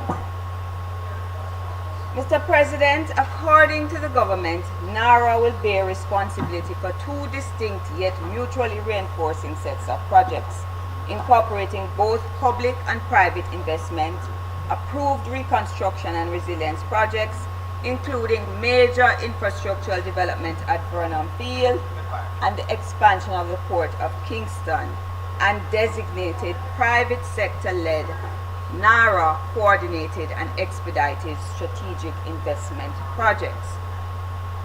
Based on the content of the bill, we are not sure that these have anything to do with Hurricane Melissa. We are told NARA isn't just about hurricane damage, but how will it impact the damage? Mr. President, the people want to know. The bill says nothing of the state of communities affected by Melissa. It has no statement of purpose or object to improve the people who were directly affected by the storm. Mr. President, billions, nay trillions in Jamaican dollars are expected to flow down the Black River, flooding the Pedro Plains and making the hills of St. Andrew joyful together. We are expected to believe the nation will be transformed into a paradise of plenty at warp speed on the fast, the expedited pathway through Jamaica's regulatory approval process. We were told, Mr. President, that the problem all along was never that, quote, Jamaica lacked for investor interest, but that our processes were too slow to be attractive to investors. In other words, Mr. President, the government blames the inefficient bureaucracy for being a hindrance and for stymieing progress. But now, with FAST in play, diaspora investors, regional partners, and mid-scale international capital will be rushing to save the day. In introducing the NARA bill in the Senate, Senator Dana Morris Dixon referred to the announced Melissa-inspired multilateral funding financing package of $6.7 billion as a, quote, extraordinary achievement, a testament to the fiscal credibility of that Jamaica has built over a decade. It should be recalled first and foremost, Mr. President, that the sums include the good people of Jamaica's own money. 37 million from the nation's contingency fund and the National Natural Disaster Reserve Fund, $91 million from the Caribbean Catastrophe Risk Insurance Facility, and $150 million from the insurance proceeds of the catastrophe fund. 58% of the total represents loans. US 3.9 billion, US 1 billion for each from the CAF, the IDB, and the World Bank, US 415 million from the IMF, US 200 million from the CDB, US 300 million an 8-year-old agreed IDB loan, a contingent credit facility negotiated and signed by the Prime Minister in Washington, D.C. in November 2018. The point, Mr. President, the use of our own money and loans being taken on our behalf is not as extraordinary as the Minister suggests, and the spend of these sums requires, most critically, public oversight. Mr. President, why is the government celebrating additional debt as an achievement? Why has the Minister and our colleague, Senator Morris Dixon, told us that we are getting a lot of money from the donor agencies, calling it contributions? Is she misleading us, Mr. President? I do not believe that is her intention. Mr. President, I must ask, how much of the package will actually be received by Jamaica? The December IMF announcement regarding the US $6.7 billion package was very clear in its language that Jamaica could get, quote, up to the named sums. Nothing was guaranteed. The 3 US $1 billion loans are yet to be approved, and it should be noted that the actual amount received by the Treasury from CRIF and the CAT bond was lower than indicated, as deductions were made for bank charges and administrative fees, as the Financial Secretary told the PAAC. Senator Duncan tells us the funding is in place. In the case of CAF, the Development Bank of Latin America and the Caribbean, has Jamaica yet upgraded from its C-class status in order to be eligible for the named sum? Senator Hill has left the room, but he told this House it would. What came of that CAF meeting in Panama in January? Has the Caribbean Development Bank loan been approved? Mr. President, has an application even been submitted? Mr. President, we know that in January 2026, the IMF approved the disbursements of $415 million to help meet Jamaica's urgent balance of payments needs and comes with strict conditionalities. It is not a reconstruction loan. What are the prospects for reconstruction as we stand? Mr. President, 2.4 billion of the US 6.7 billion, or 36% of the total promised, are in the form of private investment, which the IDB and the World Bank said they were, quote, working to attract and mobilize to support Jamaica's recovery and reconstruction. Are they still working, Mr. President? And how will worsening conditions, economic conditions from the Israeli-US war on Iran impact our prospects? Minister Vaz says the scenario is frightening. The World Bank recently noted that an unforeseen tightening of financial conditions globally could curb credit growth and business investment. Is the government being forthcoming with the Jamaican people on the state of the 6.7 billion, Mr. President? Mr. President, a mere 12 million, I repeat, 12 million or 0.18% of the US 6.7 billion, less than a fifth of 1% is in the form of grants, or to use the minister's expression, quote unquote, contributions. Mr. President, the Naira bill is being debated today to address a 12.2 billion reconstruction budget, a figure matching the PIOJ estimates of hurricane damage. If, Mr. President, the aim is to build back better, wouldn't we need a larger sum? That said, we are told that a shortfall of 5.5 billion in funding to match the budget will be made up with local, international, and diaspora investment.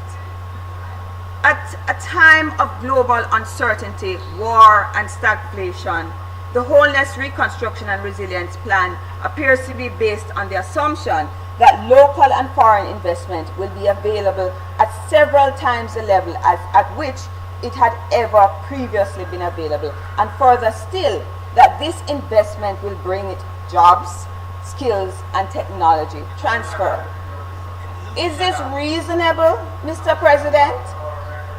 Is the government offering merely a promise, another 5 in 4, a 6 for a 9?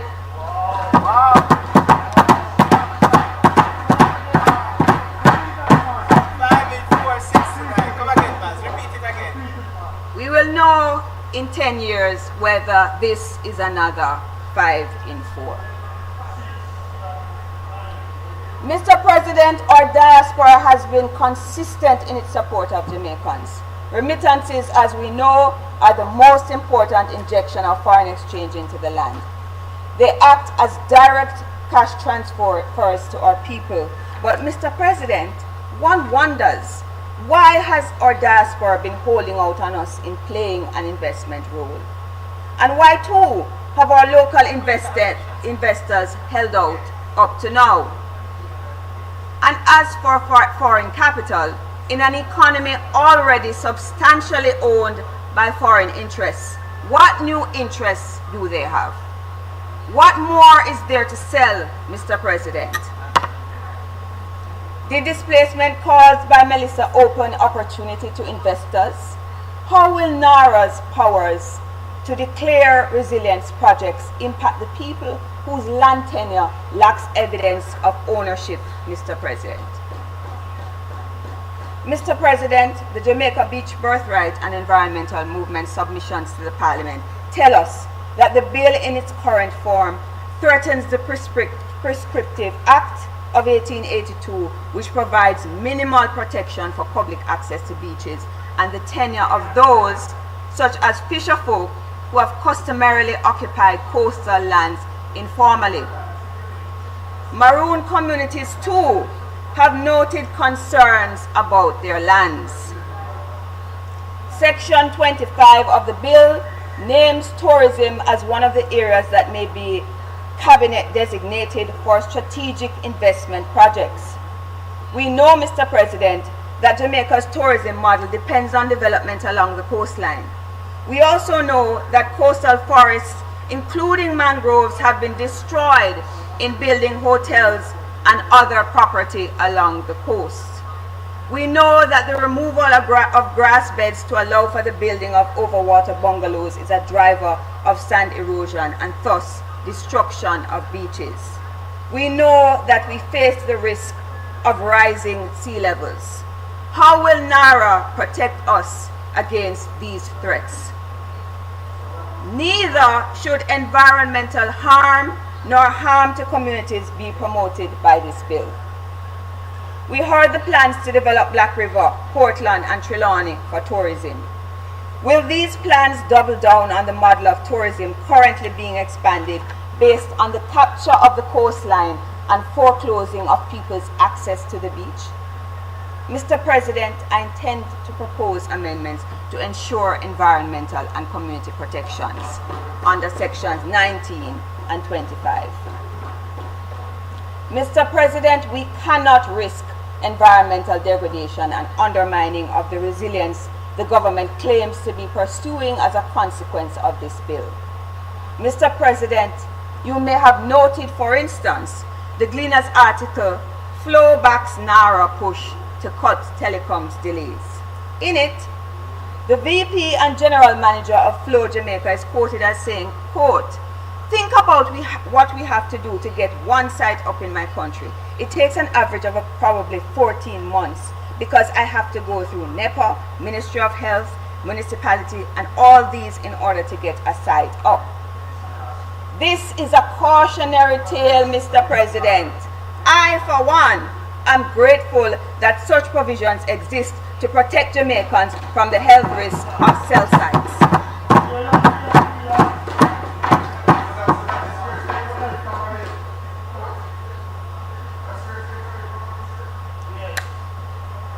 Government claims they consult, but it isn't clear that they are hearing the people on this bill. In their second submission to the government on the bill, Jamaicans for Justice and the Jamaica Environmental Trust say their concerns remain unaddressed. Mr. President, among the most pressing of those concerns that we on this side have raised in the lower house is that the bill gives extraordinary powers to the authority. Mr. President, you have heard my colleague, Senator Ferguson Small, speak to our concerns regarding the provisions under clauses 22 to 24, Ferguson Small. The approach to NARA must be seen as part of a larger approach by the government that attempts to concentrate power in the executive and pushes Jamaica in an autocratic direction. The super ministry at the OPM is one example, Mr. President. But we saw the Prime Minister's autocratic tendencies early on. Remember, Mr. President, how the Prime Minister required senators to sign undated resignation letters in 2013? Lucky for our colleagues on that side, in 2015, the Supreme Court ruled his actions unconstitutional and void. Mr. President, it is unfortunate that the people have had to take the government to court to guarantee their rights, which should be automatically respected. For the record, Mr. President, the NIDS legislation was ruled unconstitutional by the Supreme Court in 2019 following legal challenges that it breached the right to privacy and other fundamental rights. In 2025, the courts ruled that the repeated use of SOEs between 2018 and 2023 was unconstitutional. In response to the ruling, the government signaled its intention to appeal. In the case of Roshane Clark versus the Attorney General, the Supreme Court ruled that emergency powers regulations allowing for prolonged detention without charge were unconstitutional. You might recall, Mr. President, that Mr. Clark was awarded nearly 18 million of the people's money for damages after being detained for several months without being charged. In the case of Everton Douglas et al. Against the Ministry of National Security, the court found the months-long detention and confinement of 5 men without trial under an SOE to be unlawful and unconstitutional, a breach of their fundamental rights, including the right to liberty and the separation of powers which we deserve on this bill. And then the government sought to appeal the decision. What kind of government do we have, Mr. President, that would appeal such a ruling? It's the same kind of government, Mr. President, whose leaders always threatening the people with war and violence, with threats that you will meet your judge or your maker. We are witnessing in real time this authoritarian approach to power in the rise in police killings beginning last year. We see the same process of disregard for the people's rights unfolding in relation to the court's ruling in the Dry Harbor Bengal case. What type of government would appeal a ruling that defends the people's rights to a healthy environment? Mr. President, the joint submission of JET and JFJ has indicated that there are gaps in human rights protections, governance, accountability, and the rule of law in the NARA bill. They warned, for instance, that the absence of a purpose clause from the bill may not stand up to a legal precedent. I have just outlined some of the government's experiences with the courts. Do we want a repeat? Will the people be required to resort to the courts to protect themselves against the government in response to the powers of NARA? It is our job in this Senate to prevent them from having to go that route, Mr. President. We must amend the bill accordingly. Mr. President, who does the provision to circumvent government processes with step-in clauses serve? Senator Duncan doesn't seem to recognize the step-in clauses as an attempt to circumvent processes. Who are the investors expected to have a role in strategic projects? How will the profit motive help the people at this time? The naming of Professor Peter Blair Henry Fellow at the Hoover Institution, a think tank based at the Stanford University, to chair Jamrock, confirms that the government is wedded to a vision of development that is not about the people.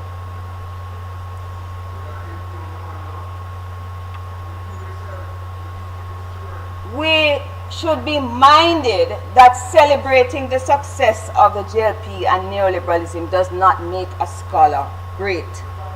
The Hoover Institution is known as among the most right-wing of think tanks in the United States.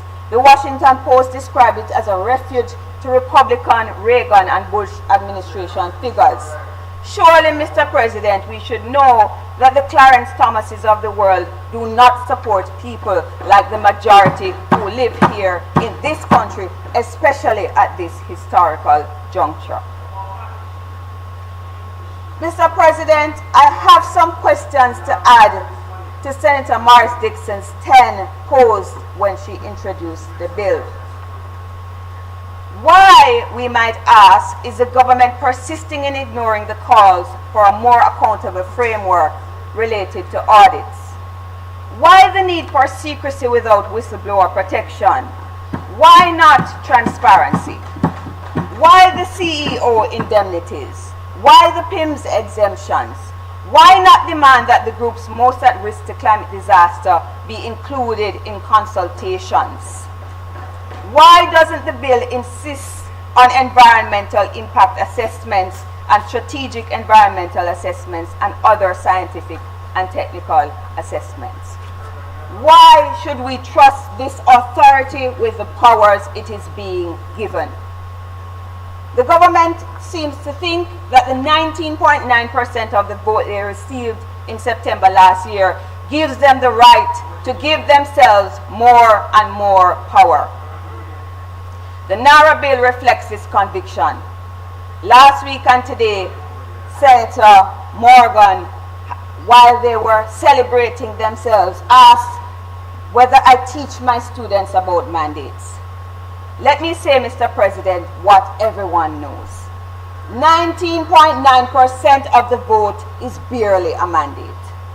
And, Mr. President, it is certainly not a signal to circumvent democratic rules. Low voter turnout and popular disengagement are threats to democracy. We on this side are speaking to the people of this country, and we are telling them, as Garvey did, to awaken from their slumber and complacency and demand space. We can lose our country if we do not. The people might be disengaged today, Mr. President, but they will not remain asleep forever.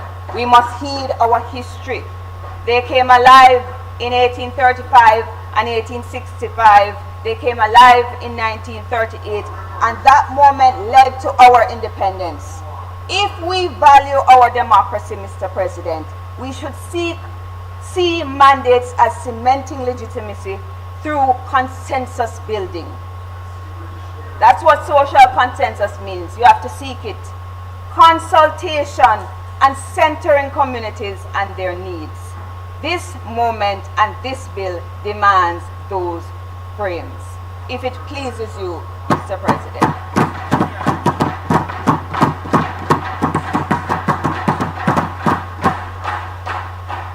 Thank you, Senator Thames.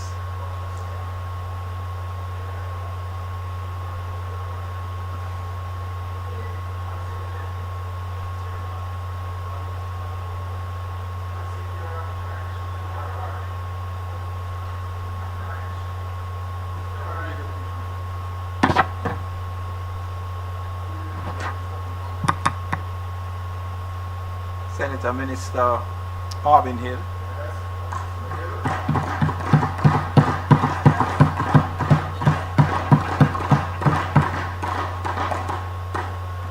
Mr. President, I rise to speak in support of the NARA bill.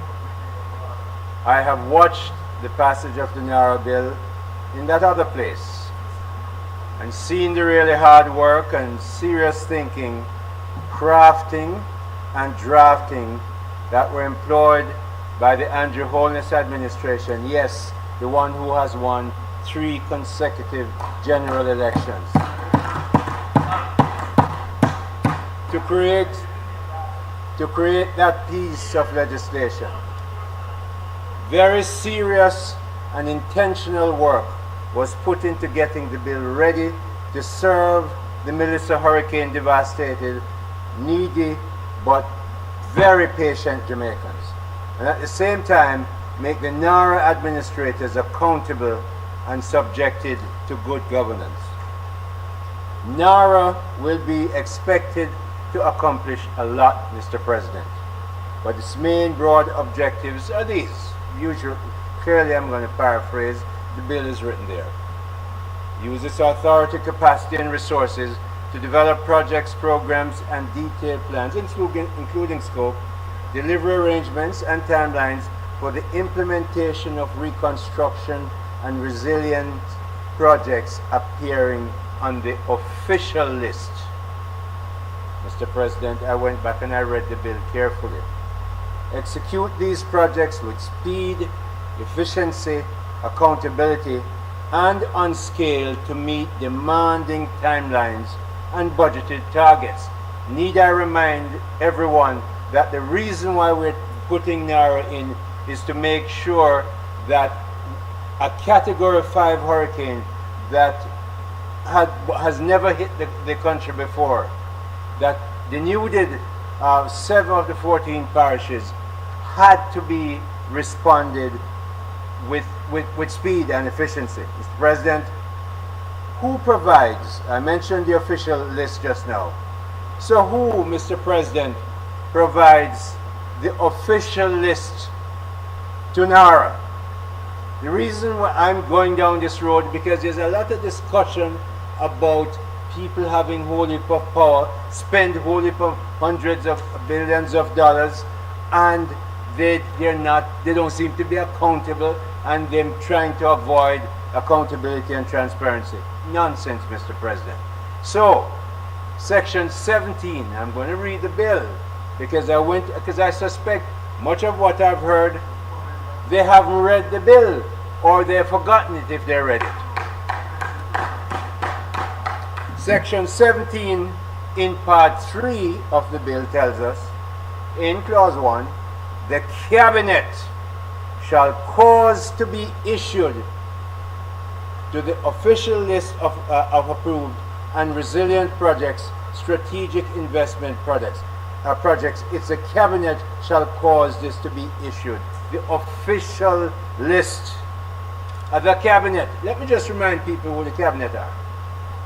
The law allows the Prime Minister to choose 2 but up to 4 senators into his Cabinet. Everybody else is an elected representative of the people of Jamaica. You cannot get more direct democracy than that. Your representative is in the Cabinet making the decisions for you, and them get the job. Okay? The authority, Mr. President, the authority, Mr. President, develop projects, programs, and detailed plans, including project and reconstruction and so on, as I mentioned before. So, Mr. President, it is clear that the official list on which the Minister and the CEO will act comes from the highest executive body in the country, the Cabinet. And as we all know, most of the Cabinet members are directly elected by the people of the country, which means, Mr. President, that the direct representatives of the electorate decide on the list of projects that will be executed by the authority. There could hardly be more direct or more senior democratic approval body for projects than has been written in this NARA bill. Why am I saying that? Because it's being said that NARA has no kind of accountability. Nonsense. Read the bill. Go and read Clause 17, for instance, and I'm going to refer to you to 9, 10, and 11 soon, because it seems those sections have not been read. Mr. President, that approving body and authority is the Cabinet itself, subject to subsection 3, implement those projects, programs, and plans for approved reconstruction and resilience projects. This is section 3, subsection 3, shall not be implemented without the prior approval of the Cabinet. Okay, as my colleague Senator Duncan told you before, that's the highest executive body in this country. This, Mr. President, is good governance. Prior to spending and execution, when a company, the Cabinet has to approve it. I heard someone over there, I think it was my colleague, Senator Small Ferguson, that said that, look, you have a board and the CEO reports to a board. You know that we have discussed boards a lot.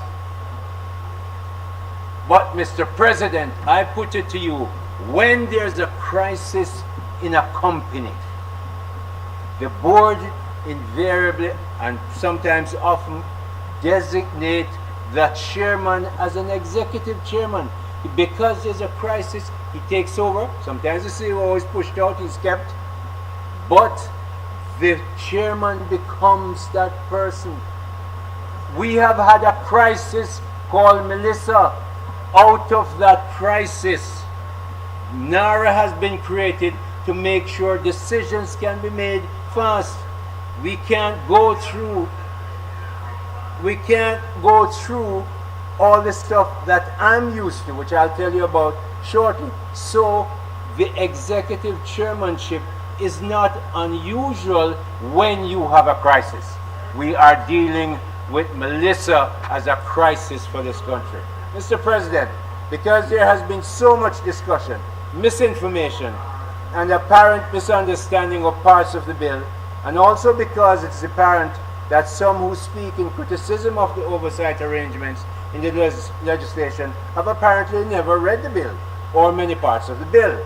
I want to read into the record clauses 9, 10, and 11 of the bill. They're not long, and make a few comments on the arrangements to provide oversight to NARA. The authority, number 9, clause 1, the authority shall keep proper accounts and other records in relation to its business, and shall prepare a statement of in accordance with generally accepted accounting principles. But we're pretending that this is not in the bill. It is in the bill, promulgated from time to time by the Institute of Chartered Accountants of Jamaica, and such accounts shall be audited annually by an auditor appointed by each year of the Chief Executive Officer and the approval of Cabinet Secretary. And the statement so audited shall form part. Well, you pretend that the law hasn't said it, and the law is saying it here again. So read it. An auditor appointed under subsection 1 shall be registered, listen, public accountant with the meaning of section 2 of the Public Accountancy Act. The auditor shall be entitled to all reasonable times, at all reasonable times, to examine the accounts of the authority. The Auditor General shall be entitled at all times to examine the accounts and other records in relation to this authority. Mr. President, I want to point out something here. Very often, because I have to deal with this as a former chairman of government companies, private companies, that we can talk anything we want. Here and elsewhere, and I said that in my speech, the authority shall furnish the minister. Why am I telling you that? Right now, my agencies have to report. The Auditor General has responsibility to do most of those audits.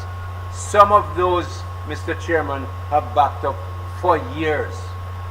5, 6, 7 years, because the Auditor General, in this morning's radio report, I heard her, it's been reported that she doesn't have enough staff. So we, with foresight, said that not only the Auditor General must exist, but we are making it in this law, which you seem to have missed, that we're making it a requirement that the external auditor must also do the audit report, which is, no, it's not in most laws. Go and read it. I know it. Yes. A copy of the annual report and audited financial statements of the authority shall be submitted no later than 4 months. We know that. The minister, within reasonable time, must cause a copy of the report together with the annual statement of accounts and the auditor's report to come to the House of Representatives. So, the speaker just before me was talking about accountability and so on. The highest accountability place is the Parliament. The minister is obliged to bring the reports here and the audited statements. Anybody after that can look at them and argue them. You can, accountant can, a consultant can. But your arguments do not make that point. So let me make it for you. So, Mr. President, your arguments do not make that point. So, Mr. President, in these 3 clauses, we have a fairly complete rendition of what is normally accepted as comprehensive and transparent reporting by the external auditors of the operating and particularly the financial conduct of the business of NARA. The bill records in detail the particular set of principles that must be used in preparing the accounts. And Senator Thame might really like this. It says the principles that must be followed are the generally accepted accounting principles, GAAP. Not even IFRS. GAAP is the set of principles. The GAAP is the set of principles followed by most United States auditors and companies. So when much of that 6.5 million that you talk about come from US funded places, GAP is the one insisted in here and by the accountants. I have served on a number of on many audit committees for public and big private companies, and this is what the regulators very, very often need. So what we are proposing in the bill 9, 10, 11, 17 are very transparent, very professional, and thorough, Mr. President, for oversight and for regulatory. That is the truth.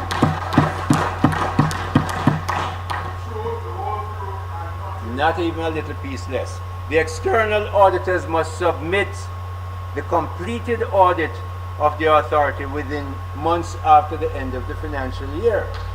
A strong requirement to get delivery of audit reports. So, Mr. President, please notice that unlike the arrangement for most public companies, government agencies and ministries, where the Auditor General is generally responsible for the annual audits and may allow an independent external auditor to do the audit of a particular government entity on the workload of, because of the workload of the AG, which I heard this morning, she's saying she needs auditors. This bill codifies that both the AG and independent external auditors have access to the authority's books. When, Mr. President? Sometimes? No. At all times. No complaint about access and transparency and accountability here, Mr. President.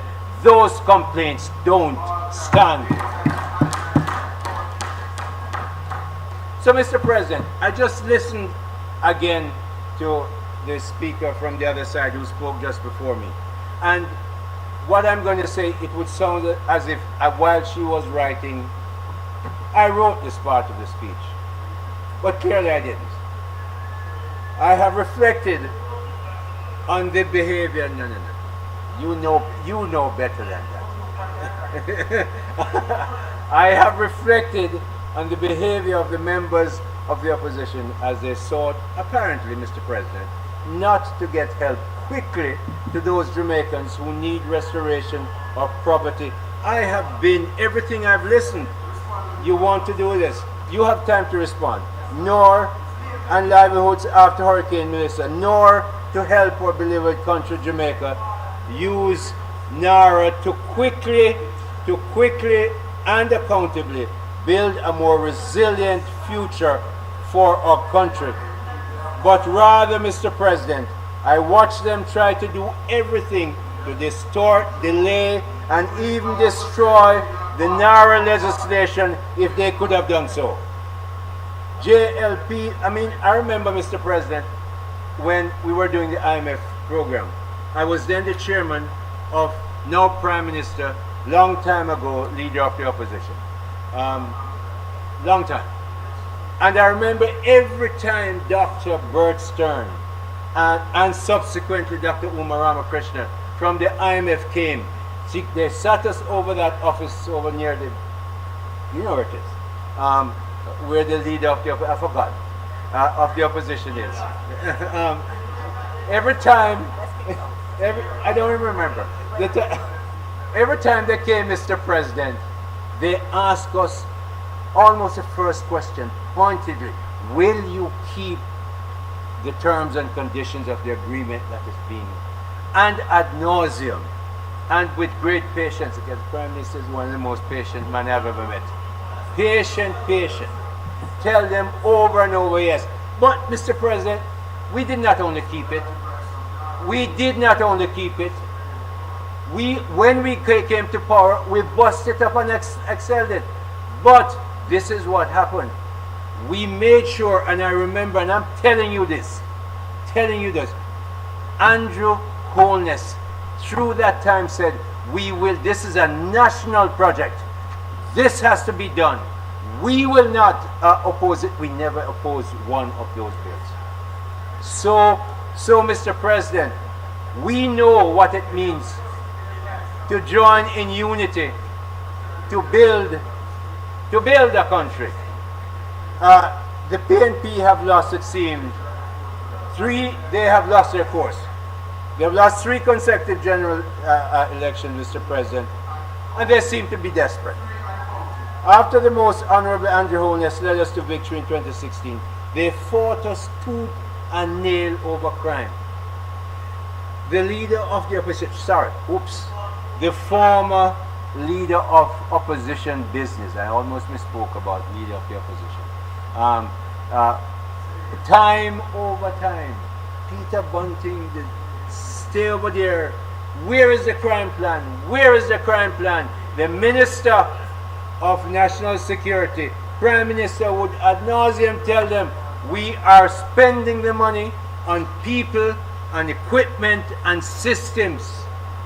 And we got there, and Mr. President, for the last 3 consecutive years, we dropped crime by 9%, 19%, and last year 43%.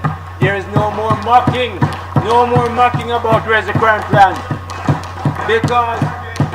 Because and you should learn, when you talked about NARA, when you're talking about NARA, you should be careful. You should remember how we have handled crime, how we have handled COVID-19, how we have handled burial, and all the time never borrow any money. We know how to manage things and leadership. So, NARA, Mr. President, we've never done a NARA before. So we are going through this, and we have to get speed. So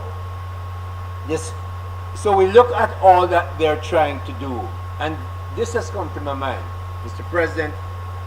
Despite losing 3 consecutive general elections to the young but mature and strategic thinker of a leader called Dr. the Most Honorable Andrew Holness and the Jamaica Labour Party, the PNP, their leader of the opposition, mind you, and their members of parliament, Mr. President, behave as if they possess the God-given right to run this country and decide on what legislation the 3-time elected by the people Jamaica Labour Party government should pass. Okay? So, Mr. President, the people, we hear the discussion, but the way they talk about it, he has too much power, no oversight. No, that's not true. Read the bill. I just read it for you. Mr. President, evil and wicked Queen Jezebel, the hapless, you see where you're sitting?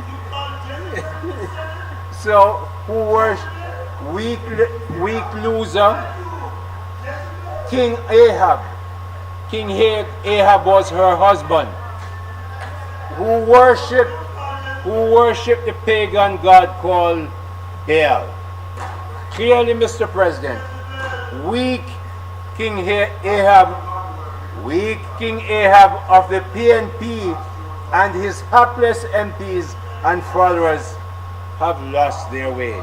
Just listen to what we heard from the speaker just before me. Lost their way, Mr. President. So, Mr. President, I have observed that when PNP politicians cannot achieve power at the ballot box, they engage in what is called lawfare. Not all of them. There are others who are good PNP people. But some of them engage in lawfare. In some other jurisdictions, that's what they call it. And they try to use tyrannical excesses of process to bog down legislation and try to derail the legislative objectives of the government, and in the process hinder needed benefits getting to the Jamaican people. So, Mr. President, I put to you that we have enough oversight regulators and regulations in place.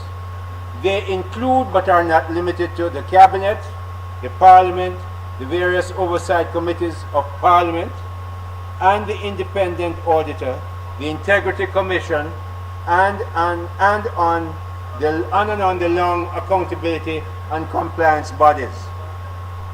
Indeed, Mr. President, many other speakers in that other place before Senator Dana Morris Dixon in this Senate last week, and the others in the Senate after her, laid out the phalanx of oversight regulators which exist to judge the work and professional performance of the newly proposed NARA. So, they try to use legislative complexity when that's not used. They shifted the nuance to the Joint Select Committee. And the Joint Select Committee, Mr. President, I know the immense value of the JSC. And this is the last thing I'm going to tell you about that thing. I passed 2 bills from the ministry using the Joint Select Committee. There were security interests in personal property, SIPA, and the Insolvency Act last year. But, Mr. President, the JSC, the Joint Select Committee, was not created with speed and urgency in mind. And speed and urgency are 2 important requirements NARA needs to get established and go to work. I have chaired the Infrastructure Committee of Cabinet, and some of those projects take 12 to 20 months to get through, to get to a decision. Now, the Melissa debate does not allow us another 20 months to get a project through. Okay? So, given the pressing need to get the objectives of NARA cemented, Mr. President, I put it to you that the endless search for the perfect rendition of the NARA bill must not become the enemy of speed and urgency needed to establish and implement NARA in order, why are we doing it? In order to build a much more resilient Jamaica into the future.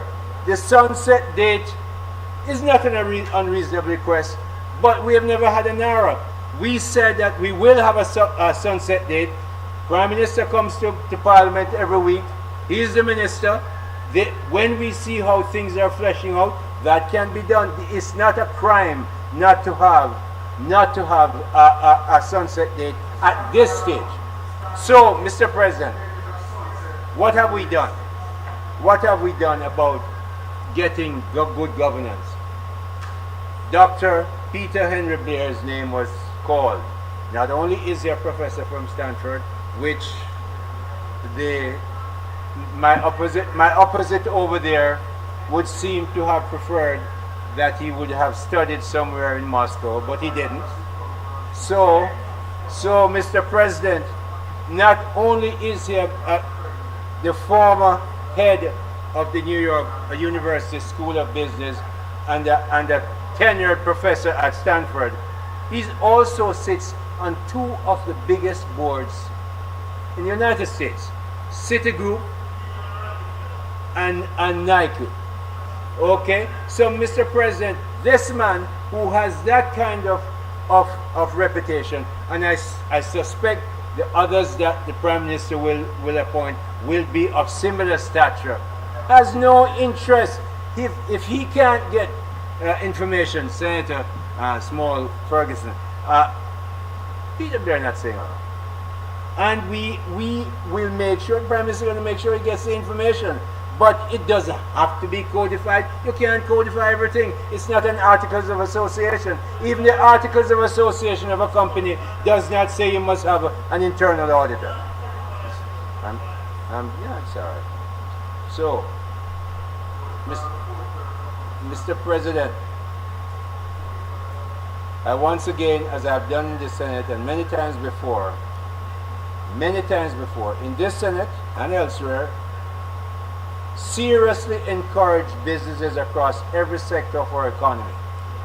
Banking, distribution, manufacturing, hospitality, farming, construction, and development to prepare to participate in the 2.4 billion portion of the 6.5 billion facility that has been provided by our international financial partners. The World Bank, the IMF, the IDB, the Latin American and Caribbean Development Bank and CBD, we never have to go to them. They say, we look at your records, we see what Melissa's done. Here is a package of financing for you. We must use it right, and as my colleague, Senator Duncan just said, the government has moved the amount down from 150 million to 15 million for Jamaicans to come in and take it up. So please, Jamaican businesses and entrepreneurs and business leaders, please take it up. Get ready. Make sure you get linked into Fast Jamaica program as outlined in this bill. And it starts at a mere $15 million US. Mr. President, I really strongly support this bill, if it pleases you, sir.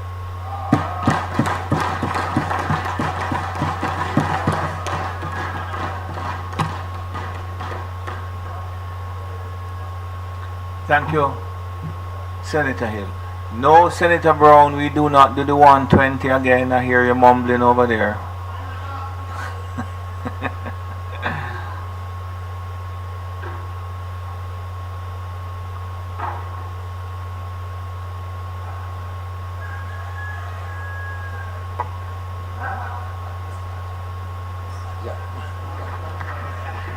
Senator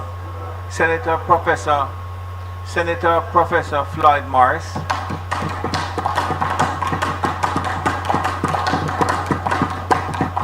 One minute, Senator Morris. Mr. Hello. Pull his chair for him, no? Pull the chair down that side. You alright with the chair, Senator Morris, or you want? Come on, I can operate. Thanks. No, I want you very comfortably now. I don't want you to be complaining, say. Thank you.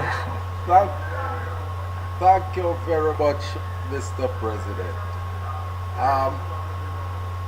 Mr. President, as I make my presentation, I want to acknowledge the presence of former Senator and former lecturer of mine at the University of the West Indies, Professor Trevor Monroe. And I also want to acknowledge members of civil society who are present in the gallery. Mr. President, we are very much, and also my very good friend, former Member of Parliament for South Central St. Catherine. And she will tell you of my work with her over there, you know, Sharon Hay Webster, my very good friend. No matter where Sharon goes, I will be her friend.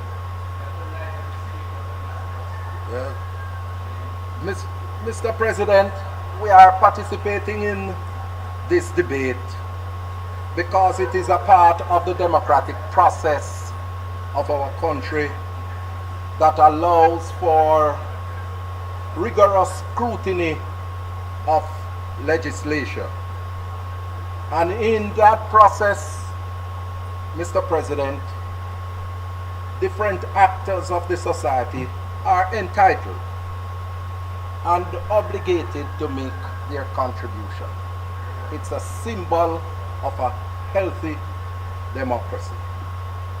And so, Mr. President, when I see and hear members of civil society coming out and expressing their views on this legislation and any other legislation, I don't see them as individuals who are antagonistic to the government. I don't see them as card-carrying members of the PNP, because some of them have never encountered them at a PNP function.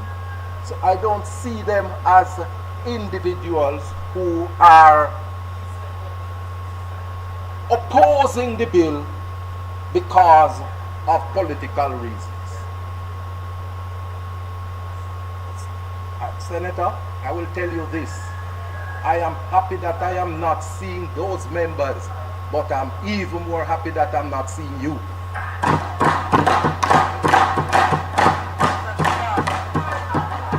Mr. President, these members of civil society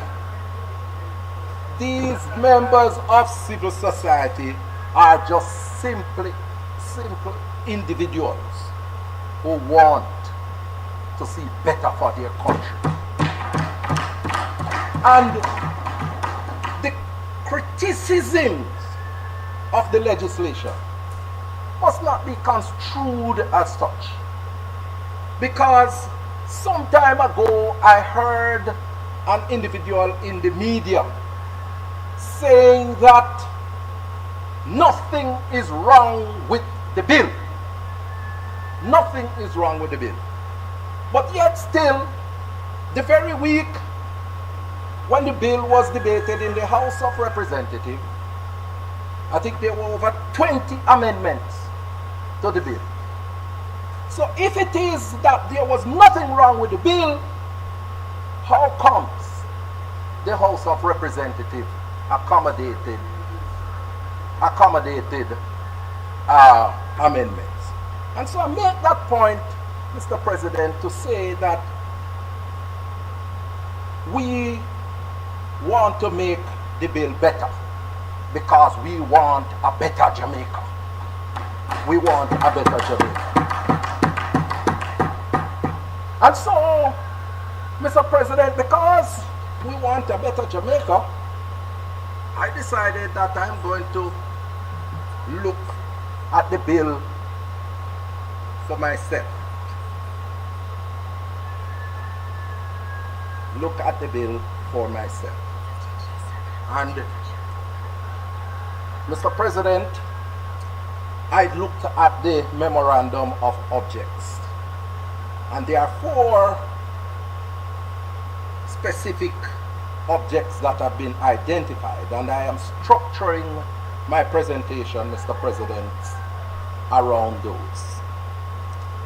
And A speaks to, and this is what it says, for the efficient, coordinated, and transparent management of extraordinary time-bound reconstruction and resilience, efforts to focus on building back better to withstand future climate and geophysical events.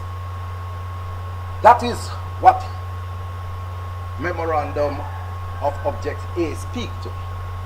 And in the bill, Mr. President, in order to achieve that particular objective, the government decided to establish NARA as a body corporate. And when I read that, I decided that I was going to check the Interpretation Act, which Section 28 of the Interpretation Act gives an outline as to what constitutes a body corporate.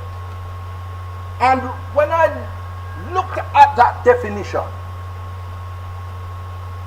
I immediately saw that institutions like the National Housing Trust, the Urban Development Corporation, Port Authority of Jamaica, etc., would be categorized as such.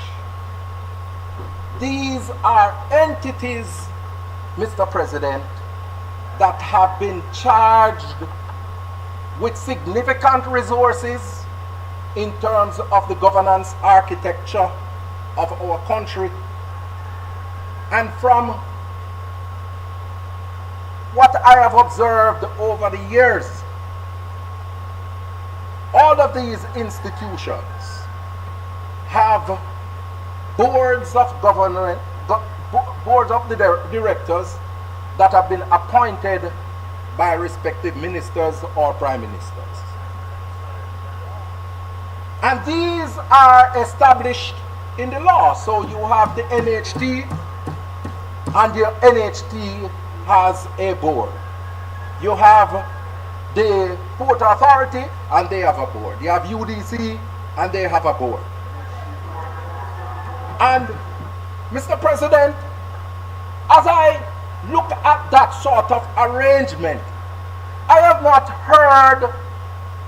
heard or seen any report that says the board structure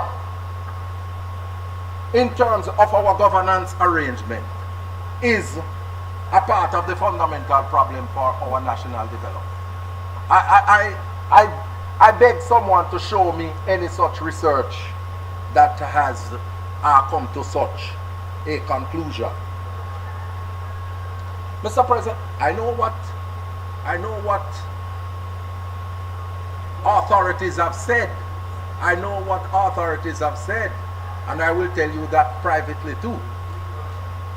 Mr. President, the fact of the matter is that in the case of the National Housing Trust, it is the Prime Minister who has responsibility for the NHT. And the Prime Minister has the responsibility to hire and fire any member of the NHT. And I am certain the board, I am certain that the current chairman of the NHT board, Mr. Levan Freeman, nobody,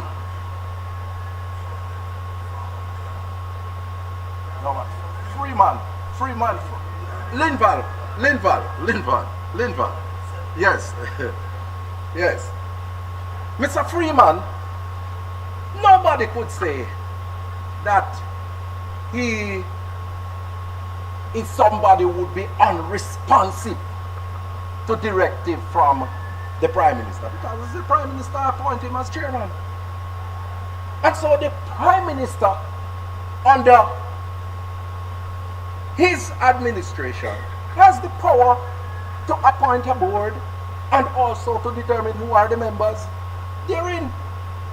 And he directs the policy arrangement for these boards.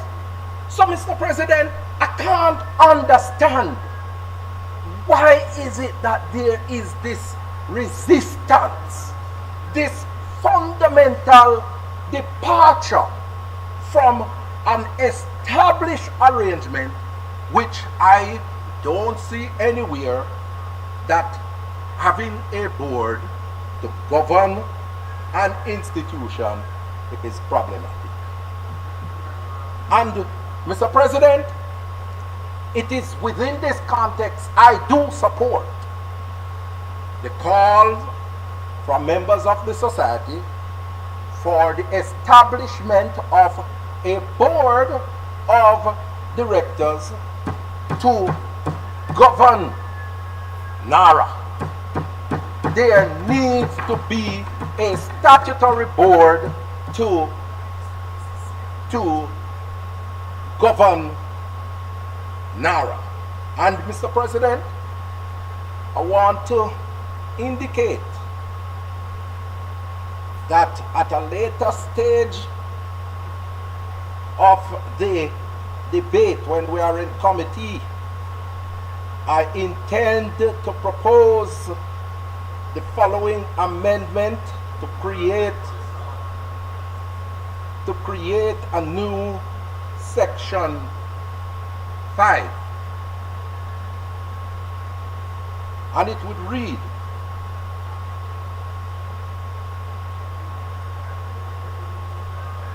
there is established a board of directors which shall, subject to the provisions of this act,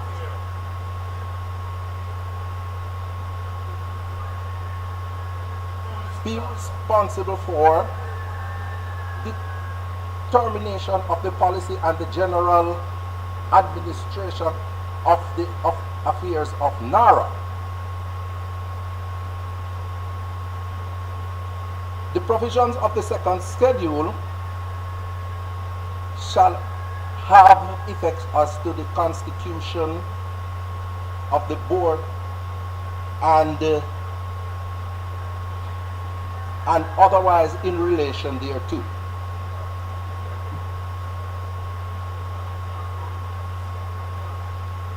Allow the Senator Morris. Yes, Mr. President. I appreciate that. What you're doing. Finish reading it for me. Yes. But if you could commit it to me in writing, likewise, Senator. Yes, Tim, I will send it Senator to Tim, you, you had Mr. said President. that you would have some amendments, a And proposed then amendment. and then If you could write them to me. Yeah, yes, thank you very much. Go ahead, Senator Morris. I'm Yes. sorry to interrupt you. and two, the minister may, after consultation with the chairman, give to the chairman such direction as to a general character of the policy to be followed by NARA and performance of its function as appear to the minister to be necessary in the public interest, and NARA shall give effect thereto. So, Mr. President, the amendment is going to, that I'm proposing for the establishment of the board of directors, will allow for the minister, who in this case is the prime minister, to appoint the members of the board. And the prime minister would have that sort of interaction with the chairman of the board in terms of a general policy directives of the institution. I don't see why there should be a resistance and an opposition to such an approach, because that constitutes good governance practice. And as I said, Mr. President, I will send you the amendment. Thank you very much. And if you could perhaps use the luncheon that we're going to break after you to just put it in writing, and the other senators as well. Yes. All right. So I move on to B. I move on to B of the objects. To create a more robust, climate resilient infrastructure, encouraging better land use planning.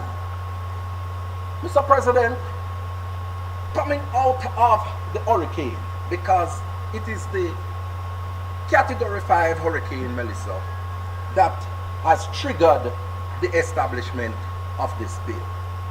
It is nothing that came out of an election campaign promise. It is what transpired with Hurricane Melissa. And the truth of the matter is, Mr. President, when you look at one of the major problems coming out of the hurricane, the issue, Senator Lambert, has been that of land tenure in Westmoreland, for example. The people in Westmoreland have been having a major challenge over the years, and it dates back to even the colonial era, where people have had problems in acquiring land. And so what happened, what we found, is that a lot of these people, they could not build a strong, resilient housing facility because of the issue of land tenure. The issue of land tenure. And the problem, Mr. President, is that we are now confronted with a situation where we are going to reconstruct houses in the parish, and the issue of land tenure has not been addressed. I have not heard the government articulated, Senator Scott Motley, a clear policy as to how they are going to treat with the issue of land in these areas that have been devastated by the hurricane. So how is it that you are going to be building back better? How is it that you are going to be building back stronger when the issue of land tenure is not resolved? And I would want to know, what is the government's policy that they will be embarking on to make sure that the people of Westmoreland, for example, gain access to the land so that they can build back better and stronger as this bill is articulated.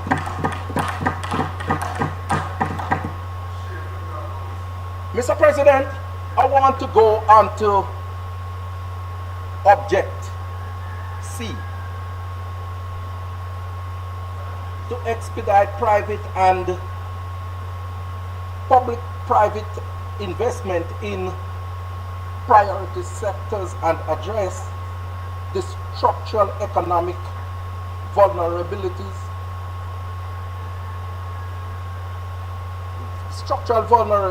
exposed by Hurricane Melissa. Mr. President, one of the major structural vulnerability that has been exposed by Hurricane Melissa is that of housing.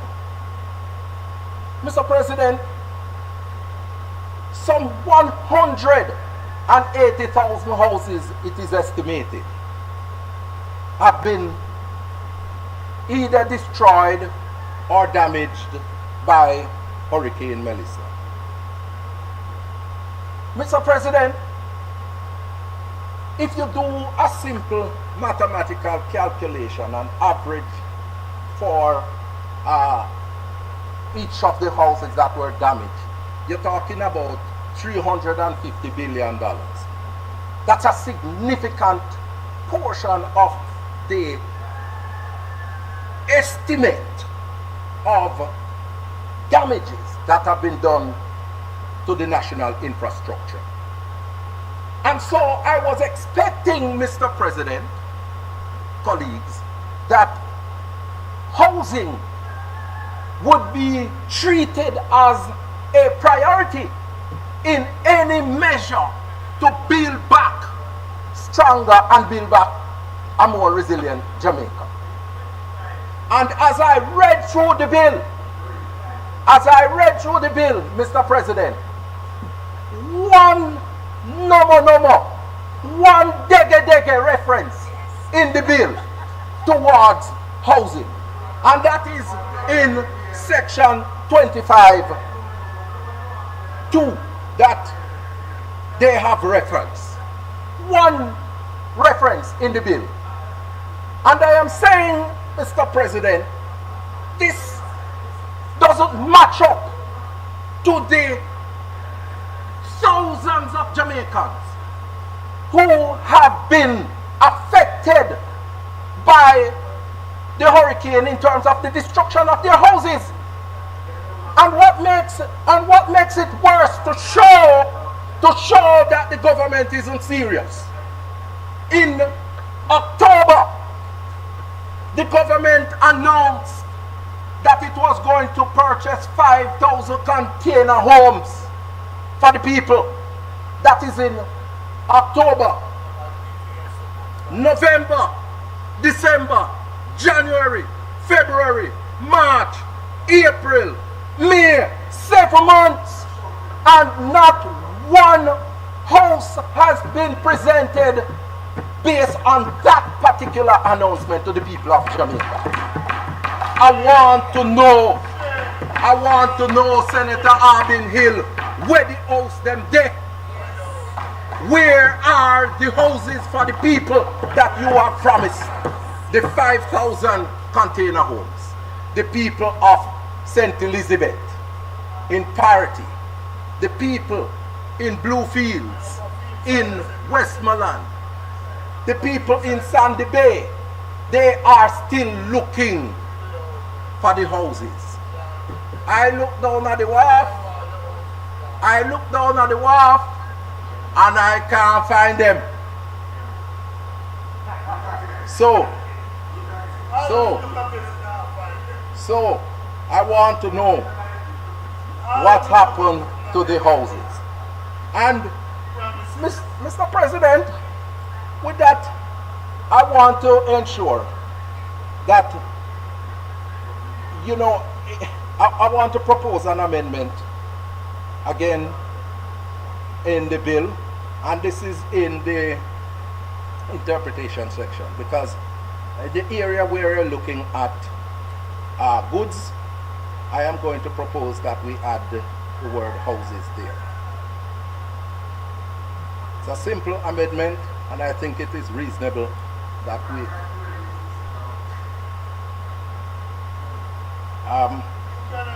you can amend that, right? But I'm proposing houses. All right? Mr. President, I want to move to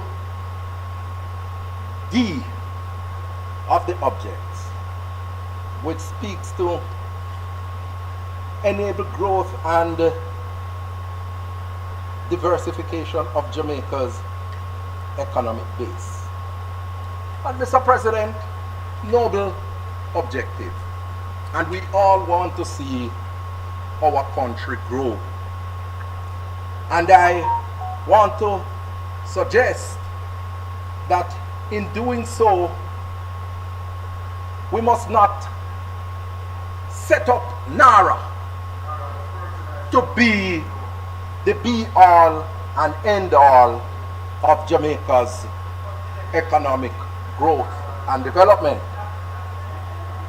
Because the truth is, we have other structural problems that have bedeviled our economy over the years that we need to deal with.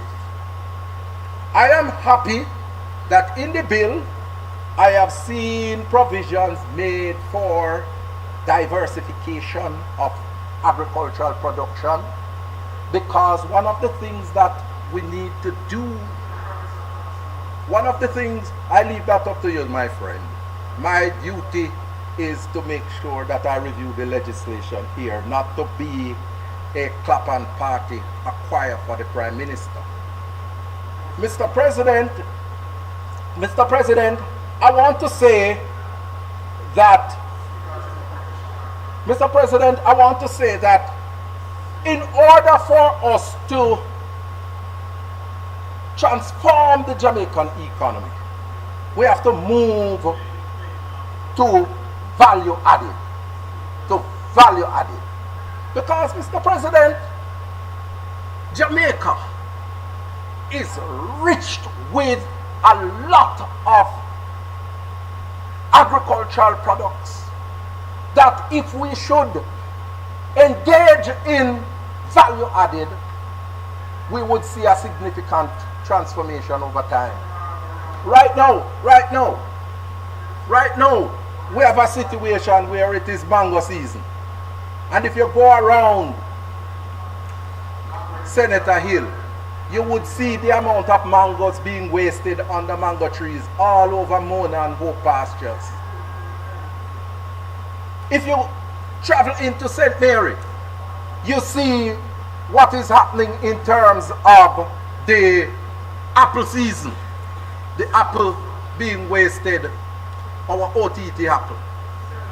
And we need to make sure that we create a mechanism where we move from just commodity to created value-added products. And that is what we need in order to have sustained periods of economic growth in our country. Mr. President, you know, I know some things about agriculture because, you know, I was involved in agricultural production in St. Mary for a long period of time. And one of the crops that I am amazed that we have not engaged in greater production of is that of cassava, because cassava is one of the most versatile agricultural crops that you can think of. So Mr. President, when you look at the cassava crop, yes. So, Mr. President, I believe that we can get greater value added from our agricultural production, and that is something that we need to focus on if we really want to get the economy stimulated and growing on a sustainable basis. But equally, Mr. President, as I looked through the bill, I realized that there is a serious gap and deficit that is there that we need to correct. And I want to suggest, Mr. President, that in the work and the role of NARA, we make sure that in building back better and building back stronger, greater provisions are made for the society to become more accessible for persons with disabilities and senior citizens. Mr. President, in 2018, the Building Act was established. But the Building Act made provision for new buildings to be accessible for persons with disabilities. But the provision for making older buildings more accessible is problematic. Senator Morris, finish your presentation. I'm not telling you to finish it. I'm saying you may finish your presentation. Thank you very much, Mr. President. I have about 3 minutes, Mr. President. Go ahead. I'm not telling you to wrap it up enough. Don't get me wrong. I'm saying finish your presentation. I understand, Mr. President. I'm paying attention to you. I'm not paying attention to the penny section. Right? Mr. President, the truth is that we need to make sure that not just new buildings alone are accessible, but also older buildings become accessible for persons with disability. And if it is that we are talking about giving NARA the capacity to reconstruct buildings and facilities, NARA should be mandated to make these buildings accessible for persons with disabilities and senior citizens. Mr. President, I want to propose that in Section 4, we do an amendment there in Section 4, Minister, to add to the responsibilities or functions of NARA to ensure that in its effort, it makes all buildings that are constructed or reconstructed accessible for persons with disabilities and senior citizens. Mr. President, we have to create a more inclusive society because we are talking about a situation where we want to grow the economy. ILO and World Bank have done research that have shown that when you include persons with disabilities in your economic development, economic activities between 3 and 7% growth have been highlighted across the world. So, Mr. President, I am strongly urging, Minister, and in particular with your portfolio of education, you are fundamentally exposed because you have a large proportion of the schools across this country that are inaccessible to children with disabilities.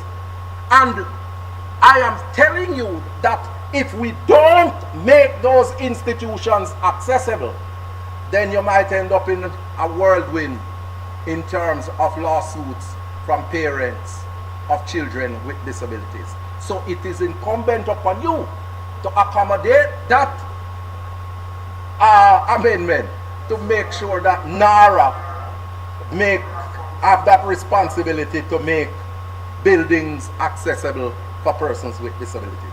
Mr. President, this is not a perfect bill, and the extent of my support is contingent on the amendments that have been proposed by the members of this team and civil society. And I urge the government to listen to the voices of the people, because it is the voice of the people that matters. May it please you, Mr. President. Thank you, Senator. Thank you, Senator Floyd Morris. A decision has been taken with both leaders and the clerk that we're going to take a break now. I'm going to ask us to come back in a half an hour. That's tight. That's tight. Half an hour is good. Half an hour is good. So Honorable Senate now rises until 2:30.